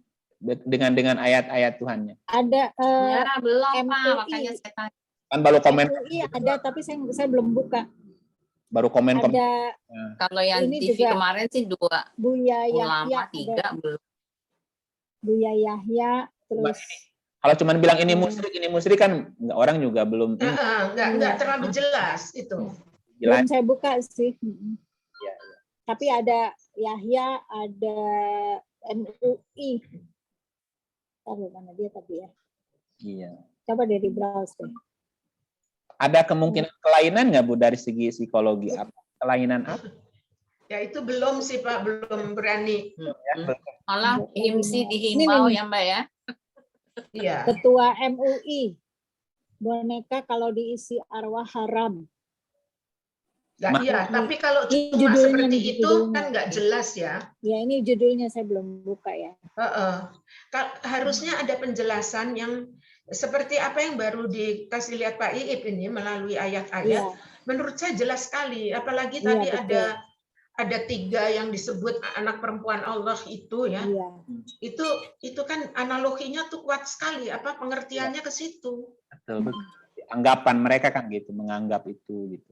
Iya, sampai yang 419 ini, iya, dan yang sebelumnya. Iya. Sakit Karena gini, kalau ini satu mode gitu ya, itu kan akan merembet gitu, akan banyak. Iya, iya. Dan akan cepat sekali gitu. Karena mereka ingin juga punya apa ya, eksistensi kayak selebritis gitu. Iya, iya, iya. Orang kan lagi berlomba-lomba pengen jadi selebritis. Iya. Jadi Ida ingin ngikut top gitu ya. Iya, nah itu kan kalau secara psikologis itu ada artinya gitu. Kan ada maknanya. Kalau orang tuh sampai pengen jadi top, pengen jadi selebritis, apalagi berlomba-lomba itu jelas sekali itu. Khalil Nafis dia bilang katanya itu mengarah pada musyrik, tapi nggak dijelaskan ayatnya. Ya itulah. Iya. Iya, musyriknya di mana? Kenapa musyrik kan? Dia nggak bilang. Iya. Dia cuma bilang bahwa itu mengarah pada musyrik katanya gitu, karena boneka itu adalah mainan. Dan ini harusnya tidak hanya dari Islam aja ya. Saya kira dari agama lain pun ada, ya Pak ya, yang membicarakan atau yang mempunyai ayat-ayat semacam ini. Saya kira juga mereka ada. Ya, sebab kalau dari cuma agama dari Islam aja, saya kira enggak ini gitu. Ya, setuju. Siapa yang akan kupas dari sudut agama lainnya? Iya, ini kan merugikan. Selagi pimpinan bicara tentang pengembangan sumber daya manusia Indonesia, terus ada yang begini itu kan, anak-anak muda yang punya duit seperti ini gitu loh, perilakunya kan merugikan gitu. Iya.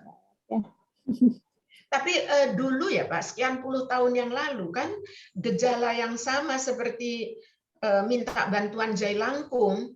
Pak Iip sudah sempat tahu dengar Pak? Oh, Jailangkung.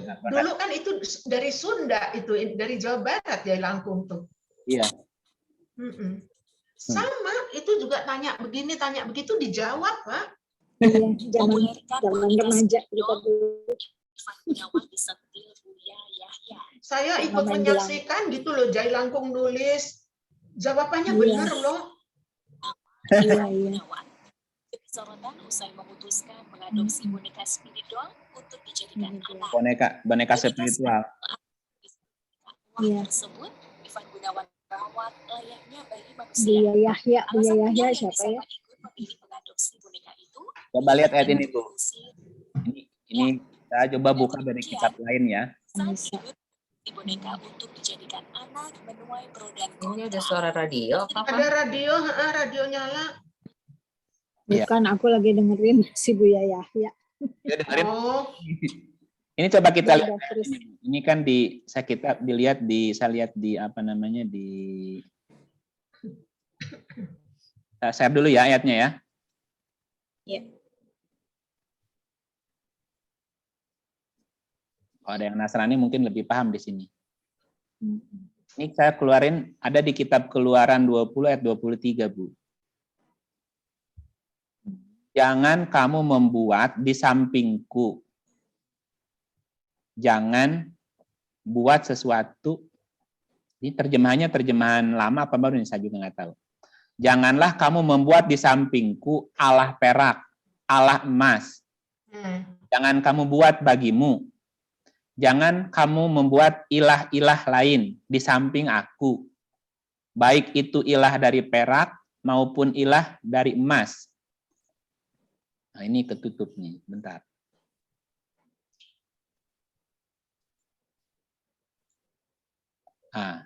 Masih kelihatan ya Bu ya? Apa tadi? Baik dari perak maupun dari emas. Kamu tidak boleh membuatnya bagi dirimu.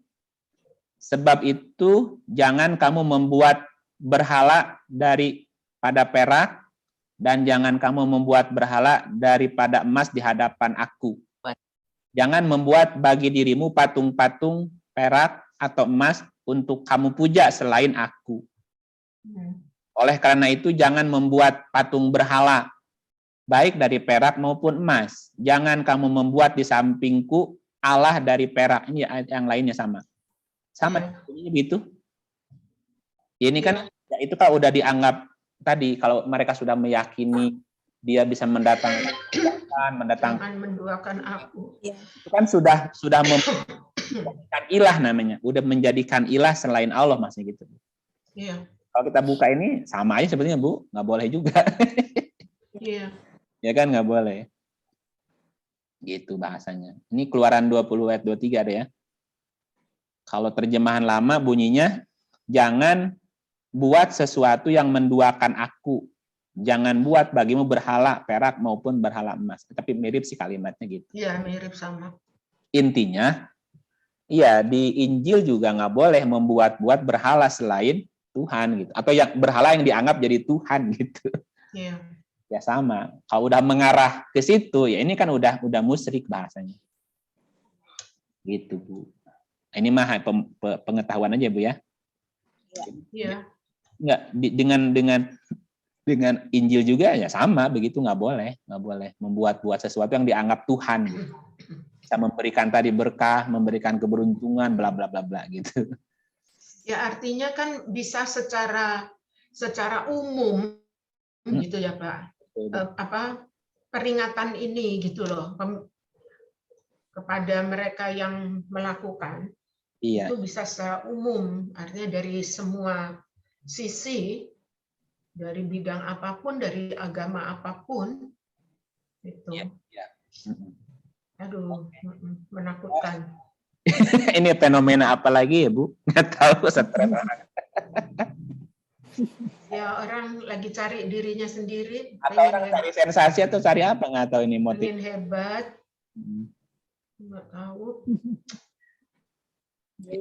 Yang lebih ngeri, saya dulu pernah beberapa kali mencoba lihat, mungkin teman-teman ada yang lihat, di Antv, dulu saya masih suka lihat televisi, itu kalau hari apa ya, Kamis malam, atau yang itu loh, yang namanya Yosi itu siapa ya?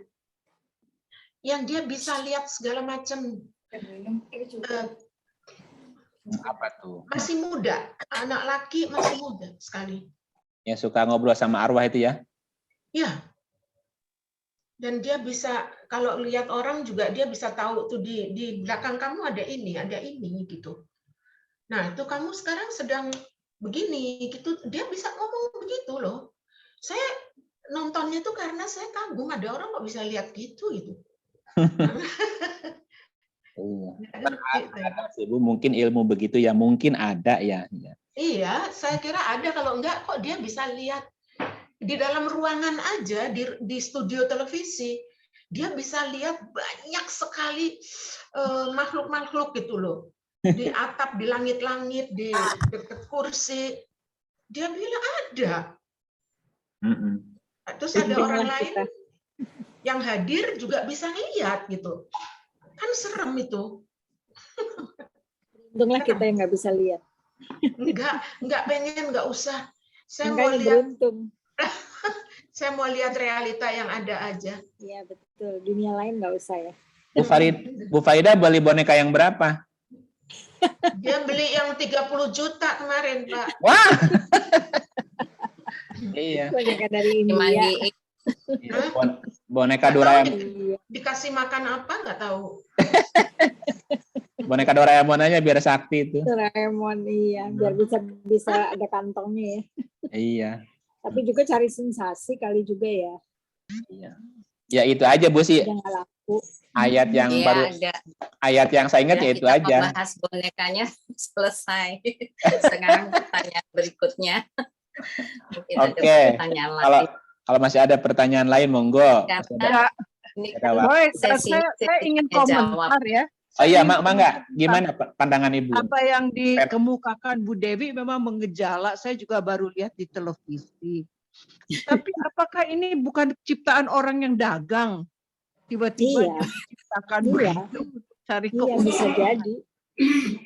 Bisa jadi, Mbak. Otaknya dia bikin perusahaan yang gini, lalu dia bikin boneka, karena boneka itu kan harus dibuat. Iya. Iya. 6 Sistemnya bulan itu katanya. yang memang tujuannya dia nggak peduli soal arah Keyakinan, keagamaan. keagamaan, yang penting untung ya Bu. Iya. Bapaknya untung begitu. Nah dia pakai cara apapun barangkali. Jangan, saya jadi pengen tahu siapa sih yang mulai memproduksikan itu. Iya, Atau betul. yang mempopulerkan siapa, yang memviralkan itu ya Bu ya? Iya, bukan itu Ivan. saja Pak, yang mulai dengan Ivan pikiran yang begitu memviralkan. menciptakan itu. Dagang boneka itu siapa ya? Yang Boleh jadi ada motif Mungkin bisnis, Dewi boleh tahu. jadi. Mungkin idenya mulainya dari itu kali, Tamagotchi apa tuh. Dulu kan ada model apa, sempat ini juga Tamagotchi itu yang Gucci ya. piara binatang virtual. Jadi bukan virtual sih. Jadi kayak ada kayak boneka juga. Jadi dia dikasih makan, dikasih apa gitu. Jadi untuk memelihara gitu. Dulu sempet tuh anak-anak banyak yang punya itu. Karena di apartemen nggak boleh memelihara binatang betulan, jadi dia binatangnya binatang bohongan gitu. Jam segini mesti makan, jam segini mesti ini gitu loh. Nah mungkin idenya dari mandi. situ kali. Yang memulainya Mandi. itu ya. Iya, Hebat yang juga jualan. yang mau dagang begitu. Iya, nah mungkin dia terinspirasi dari itu. Ya. Yang mesti dikasih makan jam segini, mesti tidur jam segini, itu virtual betul. Itu mereka mainnya di laptop, mereka mainnya di HP. Jadi dia bilang kan, terus lagi tidur, sekarang dia mesti jamnya bangun, terus dibuka, terus dikasih makan gitu. Tapi itu virtual betul. Kalau yang ini boneka bener digendong. Makanya idenya dari situ kali. Ditimang-timang, digendong, udah deh kayak bayi beneran. Ini yang saya dengar ya di radio, entah si penyiar ini dari mana sumbernya, dia bilang ini di belakang ini ada 15 orang indigo. Gitu. Nah, apakah mereka yang mulai punya ide gitu ya, membuat boneka? Untuk kan mereka tuh katanya punya penglihatan, punya apa dah, pokoknya kepekaan yang jauh dari kita gitu kan. Punya hal-hal tertentu. Coba kamu buka Indigo gitu deh, Ted, ada nggak? Atau cuma pura-pura itu dibuat oleh orang Indigo. Karena kalau orang mau bikin sesuatu kan dia pakai orang Indigo begini. Nah ini orang Indigo sudah gini, buktinya kan juga nggak ada. Apa benar orang Indigo yang mulai juga kita juga nggak tahu kan. Tapi yang jelas dia bisa dapat untung dengan memproduksi boneka-boneka itu. Di luar unsur agamanya ya, menurut saya kok kayaknya terjebak aja. Lalu memang betul seperti Dewi bilang. Bukan Indigo, ada itu Pak Dewi yang Rocky karena artis yang bikin, lalu secara psikologis mau niru-niru orang keren, ikut-ikutan begitu. Kalau motifnya bisnis, ini bisa jadi ada motif bisnis. Kalau kita lihat dari kacamata bisnis kan gini. Ini ceritanya gini. Jadi pada zaman Nabi, itu kan banyak orang jadi pengusaha korma ceritanya Bu ya. Di Arab itu kan. Kalau normalnya kan yang dia jual, atau harga jual korma kan sesuai dengan harga dengan jenis korma kan, semakin bagus kualitasnya semakin harganya bagus. Ini ada orang yang memang wataknya itu watak pelit gitu Bu. Mau untung tapi dari modal dikit gitu. Nah, dia tuh punya barang kormanya jelek, nggak laku. Ceritanya gitu. Nah, dia berpikir bagaimana caranya korma dia laku tuh Bu. Ya, katakanlah korma normal 1 kilo, normalnya tuh 50.000. Nah, korma dia tuh mungkin lakunya 10.000 lah gitu ya. Karena memang kualitasnya tidak bagus-bagus amat. Ini gimana caranya si korma dia laku bahkan di atas harga standar gitu. Akhirnya dia bawa korma itu ke sebuah majelis. Di mana majelis itu kan ada pengajian bersama Rasulullah kan. Nah ketika itu dia bawa korma itu sekeranjang. Ya mungkin sekeranjang isinya berapa biji, keranjang kecil. Disuguhin di depan Nabi gitu. Namanya Nabi disuguhin, makan nggak Bu? Dan terima kasih. Ya kan makan kurma itu kalau namanya disuguhin kan dimakan. Iya. Nabi kan orang yang tidak pernah mencela makanan, mau kurma apapun ya dia makan. Nah, ketika Nabi makan kurma dia itu, yang tadi yang dibilang ini kurma kualitas nggak bagus gitu, Bu. Dia foto tuh, kalau zaman sekarang kan difoto di video kan. Nah, si foto itu, kalau bahasa kita di foto atau di video, itu yang dia viralkan. Disebutlah namanya kurma Nabi. Kurma Rasul. Kurma Nabi, Bu. Jadi kurma Nabi. Nabi itu makan kurma yang ini loh nih gambarnya, lihat Nabi makan kurma ini. Orang kan karena cinta ke Nabi ingin meniru apa yang dimakan Nabi kan? Dicarilah kurma macam itu, macam yang warnanya hitam, udah kecil-kecil, udah keras lagi, Bu. Nggak enak memang. Nggak enak, udah kecil, keras, Bu. Nggak manis-manis kayak namanya keras gitu gimana? Mahal. Udah keras, kecil lagi. Ya itulah kenapa jadi mahal, Bu. Karena dia iklan. Ya, dia menyebut itu korma Nabi. Ada gambarnya tuh Nabi pakai apa namanya? Gambar kalau zaman sekarang. Nabi makan korma dia, Bu. Orang kan berebut beli korma itu.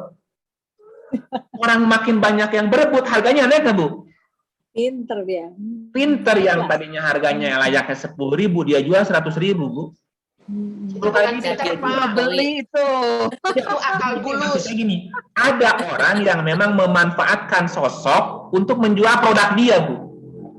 Ya, Pak Iip, itu kalau saya boleh sedikit pendapat itu saban sekarang kalau bisnis itu ada strategi namanya endorse, Pak. Iya. Endorse.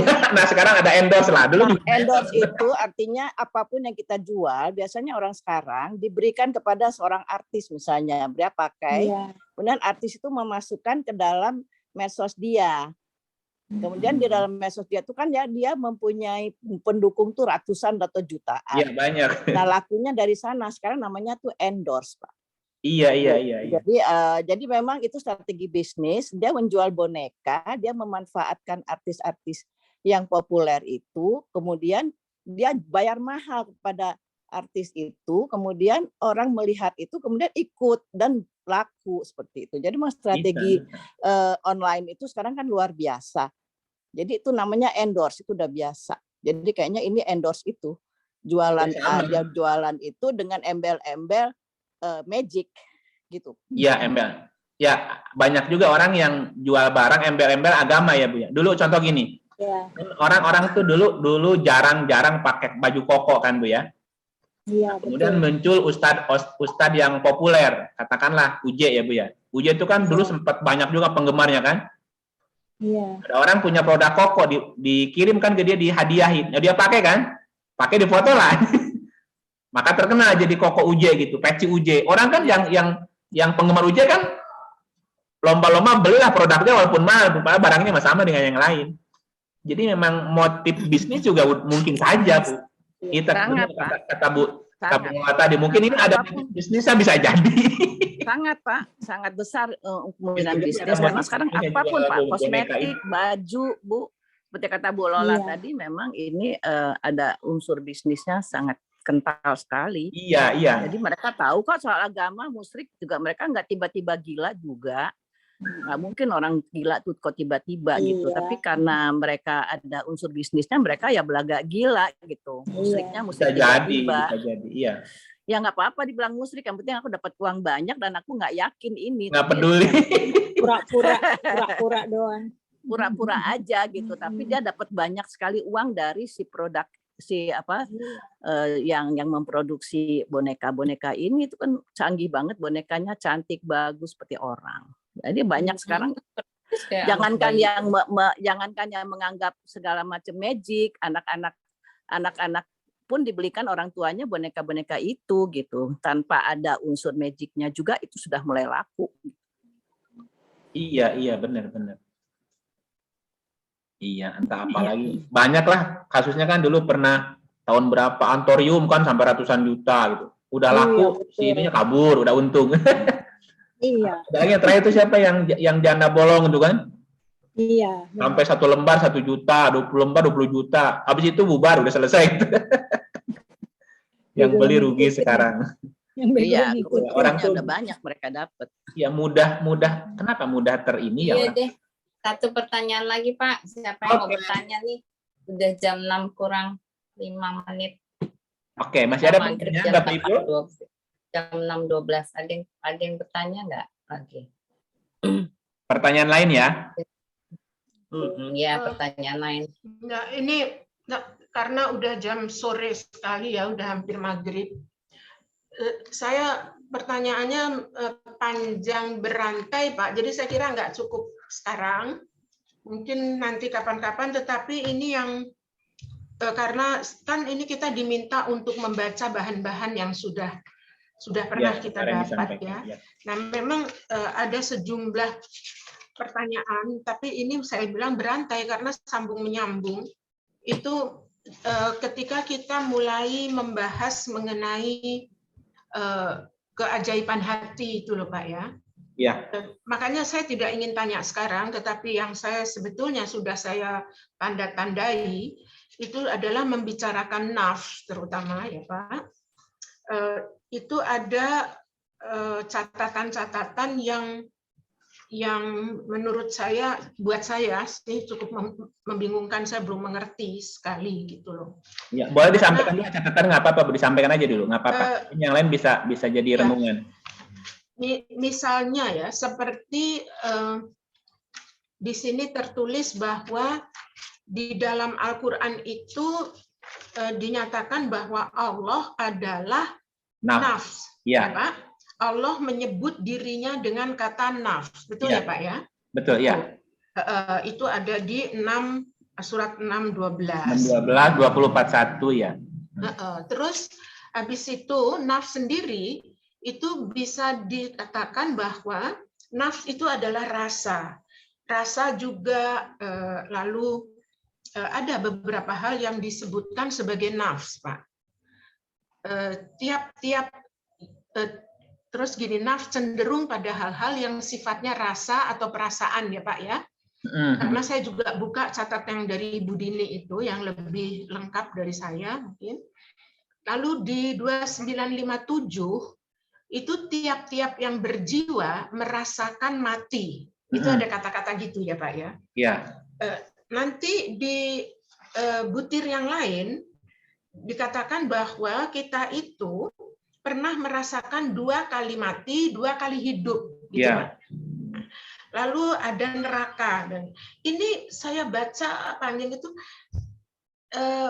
kayaknya perlu ada ini deh Pak, ada penjelasan yang begini. Jadi persisnya gitu, itu artinya kita menafsirkannya gimana? Karena saya tuh mempelajari ini ya Pak ya, apa yang dari Pak Iip, saya selalu mencoba menerapkan dengan diri kita, dengan perilaku kita, gitu ya, dan dengan apa yang sudah pernah saya pelajari dari ilmu yang saya ikuti, gitu. Nah, saya jadi ingin lebih jelas tentang nafs ini sendiri, Pak. Belum sampai ke fuad ya Pak, karena nanti di nafs itu ada fuad juga, gitu. Iya. Nah, nggak apa-apa ya Pak, kalau saya nanti tanya itu. Iya, boleh kan? Iya. Nanti bicara tentang ruh ya dan sebagainya, terus kita bicara malaikat. Nah ini buat saya susah Pak. Iya. Jadi tunggu sebentar, saya kok ngumpet aja sih. Jadi untuk saya memang susah memahami ini pada saat mencoba mengikuti urutan-urutan dari sekian banyak yang Pak Iip berikan waktu itu. Iya. Yang saya tuh ingin tahu kenapa kok Allah menyebut dirinya dengan kata nafs gitu ya Pak ya. Iya. Sedangkan nafs itu sendiri pengertiannya bisa rasa, bisa perasaan, bisa gitu. Ya itu Pak. Saya kira nggak mungkin Pak ini dibicarakan sekarang, makanya saya tadi bilang. Gambarannya Bu. Ya. Di dalam ilmu psikologi dijelaskan tentang definisi kecerdasan Bu. Kecerdasan iya pasti. Iya. Itu seperti apa kecerdasan itu? Ini saya kalau perkata yang benar saya mungkin nggak bisa ya Pak ya, yang letterlek seperti definisinya. Tetapi kecerdasan itu adalah kemampuan yang ada pada secara garis besar yang ada pada seseorang untuk bisa menyesuaikan diri Baikkan. dengan lingkungannya, gitu loh Pak. Nanti kecerdasan ini sendiri berperan atau berfungsi dalam banyak hal, gitu. Tetapi kalau secara definitif itu salah satu tokohnya mengatakan bahwa itu hubungannya adalah dengan kemampuan menyesuaikan diri. Jadi untuk bagaimana kita menghadapi kehidupan itu, bagaimana kita men-tackle-nya, bagaimana kita masuk ke dalam lingkungan itu secara garis besar pengertian dari kecerdasan. Kalau ditanya lagi, dari mana asal usul kecerdasan itu timbul? Nah, kalau asal usulnya kan sebetulnya potensi dari kecerdasan itu dibawa dari lahir ya Pak ya, kalau secara teori sudah dibawa dari sejak lahir. Tapi kalau saya tafsirkan dari apa yang sudah kita pernah pelajari selama ini, seperti juga di sini di Nafs itu juga ada, itu kan kita ketika ditiupkan ruh kita mendapatkan ya Pak ruh itu. Lalu kita kan diberi yang namanya pendengaran, penglihatan dan hati. Nah, ini yang saya anggap ini yang sebetulnya potensi Pak dari kecerdasan itu sebetulnya. Jadi ini berperan besar sekali untuk mengembangkan kecerdasan kita. Sebab yang dibicarakan di dalam kecerdasan adalah seberapa jauh individu itu mampu mengolah setiap stimulus atau rangsangan yang datang pada dirinya. Sementara stimulus atau rangsangan itu kan bisa ditangkap melalui 5 sensori, gitu Pak. Iya. Ya, memang terutama pendengaran, penglihatan, tetapi kan juga ada rasa, ada raba, gitu. Ya, dan ada itu adalah sumber masuknya stimulus atau sumber. Nah, selain proses tadi itu pendengaran, penglihatan dan sebagainya, kan sebenarnya kita kemarin pernah sempat juga Pak Iip menyinggung masalah fungsi memori itu loh Pak. Iya betul. Nah, itu kalau di dalam bahasa atau istilah kita ini apa Pak sebutannya? Kalau memori. Kalau memori itu sudur. Itu di level di level 3 kan nafas, di bawahnya ada kedua. Kalau lihat, coba kita lihat di share gambarnya dulu ya. Jadi gambarnya gini Bu. Nah, kalau kita lihat gambarnya, dulu pernah diperlihatkan gambarnya kalau nggak salah. Kita lihat dulu ya. Kalau yang dulu sekali, tapi yang belakangan ini saya nggak ingat Pak. Ini kelihatan gambarnya Bu. Oh ini, iya saya ingat. Kan ada ini satu buletan luar satu. Iya. Yang kedua yang ngasih merah nih. Iya. Nih, ini hijau tua nih, lingkaran hijau tua, ini nafas. Oh. Oke, nah di dalamnya, di dalam nafas ini ada yang ada gambar hati hijau yang biru muda. Iya. Ini sudur lapisan kedua. Nah, di dalam sudur ada yang garis yang putih. Yang putih. Nah, ini kalbu. Apa Pak? Kalbu. Oh, kalbu. Nah, di tengah-tengah, di dalamnya ada lagi yang merah nih, itu fuad. Fuad ya. Nah, antara kolbu dan fuad ada batas dikasih hitam nih. Batas, namanya maro'a. Jadi untuk bisa tembus ke fuad nggak mudah, mesti menembus batas hitam ini, Bu. Nah, batas itu yang memang tidak mudah ditembus. Nah, batas ini isinya zolim dan jahil. Oh. Ini emosi-emosi negatif nih. Oh. Emosi negatif di sini adanya. Nah, kalau emosinya masih belum bisa tembus ke sini. Nah, memori itu ada di sudur. Oh. Sudur itu kan kisarannya kesadaran, Bu.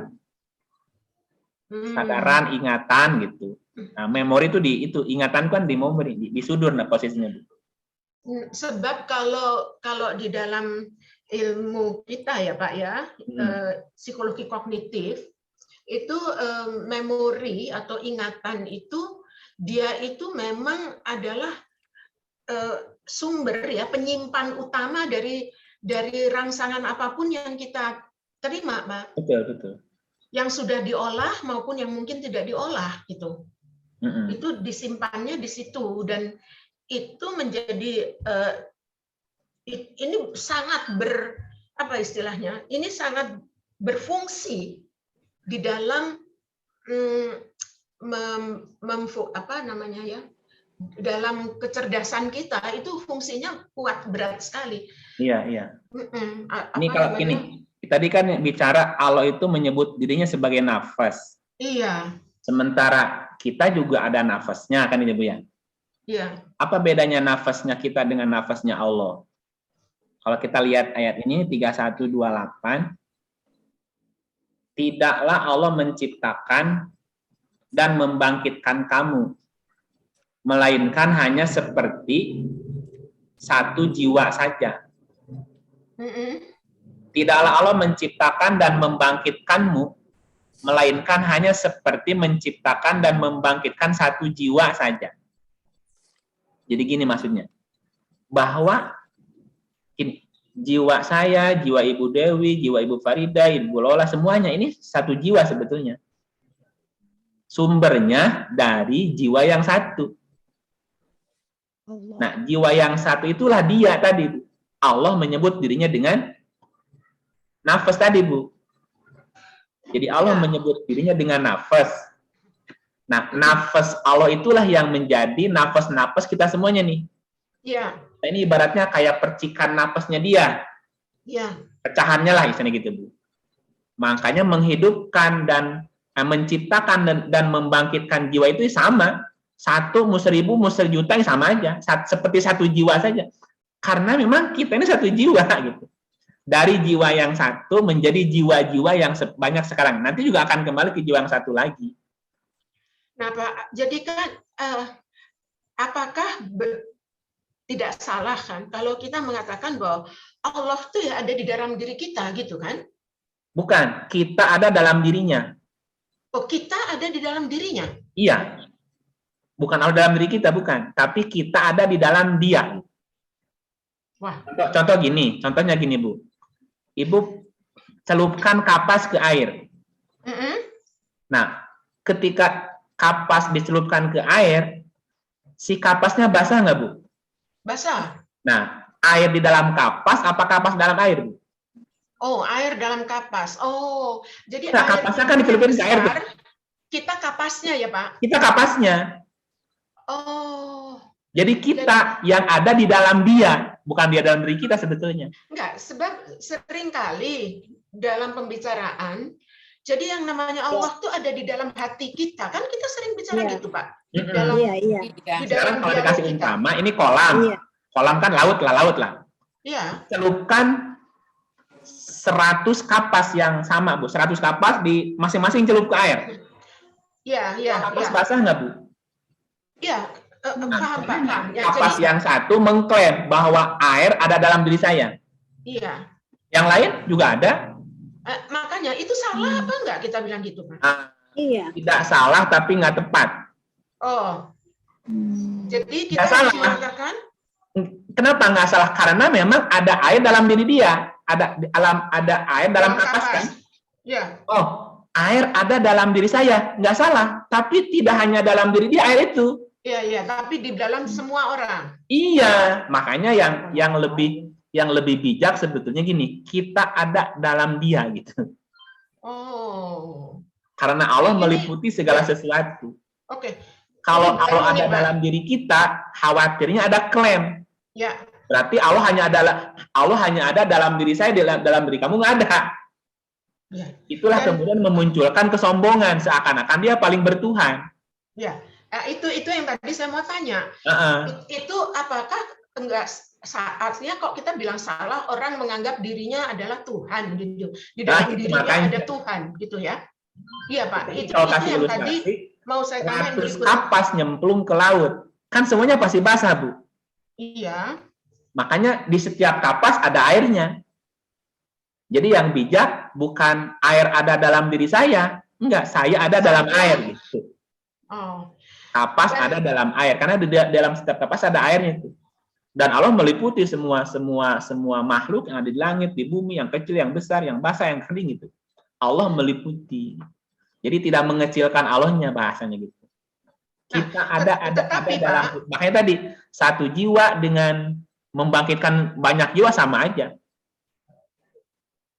Jadi karena air yang ada dekat dalam ini, Allah yang ada dalam diri ibu dengan diri saya, dengan diri Ibu Lola, siapapun di sini, ya Allah yang sama, air yang sama gitu.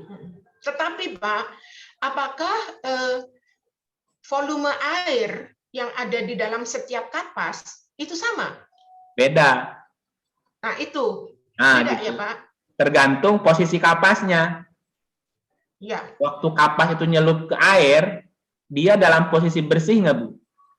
Kalau kapas yang nyemplung ke airnya banyak minyaknya, banyak olinya, berapa air yang terserap sama dia? Nah itu yang nanti barangkali nanti yang kemudian pembicaraannya lalu menjadi ada yang, kalau dalam bahasa saya ada yang optimal, ada yang tidak optimal gitu ya Pak. Semakin bersih kapasnya, semakin maksimal nyerap airnya. Betul. Tapi kalau kotor, airnya juga nggak mau nempel, Bu, apalagi berminyak kapasnya. Di sini nafs itu peranannya besar ya Pak ya? Oh iya, sangat besar sekali Bu. Oke. Gitu. Oh. Nah, kalau tadi Ibu katakan bahwa sudur adalah tempat menyimpan data juga betul. Itu ada di surat 29 Bu adanya. Ya, dan itu pun penyimpanannya pada setiap orang tidak sama. Tadi kembali ke posisi sudurnya.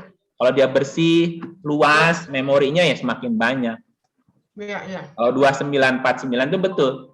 Sebenarnya Quran itu ayat-ayat yang nyata di dalam sudur. Artinya di dalam dada. Fi sudur. Jadi ayat-ayat Tuhan, ilmu pengetahuan itu di sudur, Bu. Tersimpannya datanya gitu. Dan bagi orang-orang yang diberi kapasitas sudurnya, karena sudur itu memori, ya kalau memorinya cuma 1 giga, ya satu file juga penuh. Sekarang memori handphone aja udah ada yang sampai 60 giga, ada yang 100 giga. Ya. Semakin luas kapasitasnya, semakin banyak menampung pengetahuannya gitu. Tapi jangan hati-hati ada virusnya masuk nanti, ngerusak data lagi. Tapi itu Gitu, semua Bu. kan bisa dikasihnya Allah. Ya, Kan Allah yang ngasih, ada yang kapasitasnya kecil, ada yang kapasitasnya gede, kan semuanya Tapi Allah kan tergantung ngasih. usaha kita. iya. Oh iya, Allah tapi yang potensinya, kapasitasnya kan udah terberi. Ini aduh saya baca, barusan kok hilang ya. Chatnya dari Bu ini tadi, mana nih? Nah ini, Ida Laksmono. Ini sebetulnya ini bahasa Jawa nih ya. Manunggaling kawula Gusti. Aku ada di dalam Gusti. Ya, manunggaling kawula Gusti, aku ada di dalam Gusti. Jadi bukan Gusti yang ada di dalam saya, tetapi aku ada di dalam dia. Saya ada di kapas dalam ke air, Bu.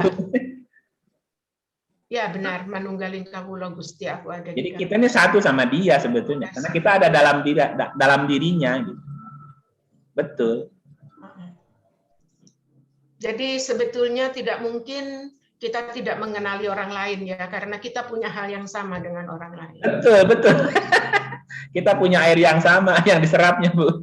Iya, bahwa isinya nggak sama atau campurannya nggak sama, ya itulah perbedaan kita. Nah, perbedaannya itu aja perbedaannya. Potensinya sama sebetulnya, Bu. Potensinya sama diberinya. Tergantung kita menggunakannya maksimal apa tidak. Sebab kalau dalam ilmu psikologi, Pak, tidak ada individu yang sama. Setiap individu itu unik. Jadi Betul. pasti berbeda-beda. Nah, itu yang tadi ditanyain sama Prof. Lola di awal. Memang Allah menciptakan manusia dengan segala kelebihannya. Tetapi setiap manusia diciptakan dengan karakternya masing-masing yang berbeda satu sama lain. Nah, kemudian kan Allah memberikan kebebasan kepada manusia memilih. Katakanlah setiap manusia diberikan kapasitas sudurnya, katakanlah 1 tera, Bu. Tapi yang dia pakai hanya 1 giga gitu. Ya sisanya udah sia-sia gitu. Itu kan nanti bisa dipelajari sama neuroscience, Bu. Otak. Otak manusia kan bisa menampung banyak informasi sebetulnya. Dan kita belum sampai 10% menggunakan otak kita kan? Iya.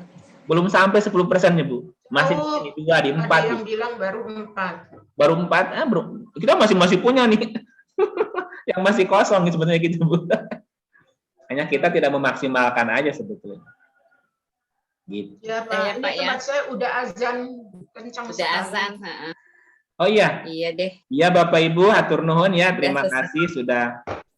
Wassalamualaikum. Iya. Apakah minggu depan kita masih melanjutkan dengan Kayaknya jawab minggu ini depan kan mesti banyak diskusi yang- lagi nih, Bu. Ya, setuju nggak, Bu? Ya, setuju. Ya, jadi minggu depan masih diskusi. Apakah itu Iya, saya berkaitan sepakat dengan diskusi, Pak. perangkat hati atau yang lain boleh lah. Nah, gitu ya. Ya, Setuju ya, Bu ya?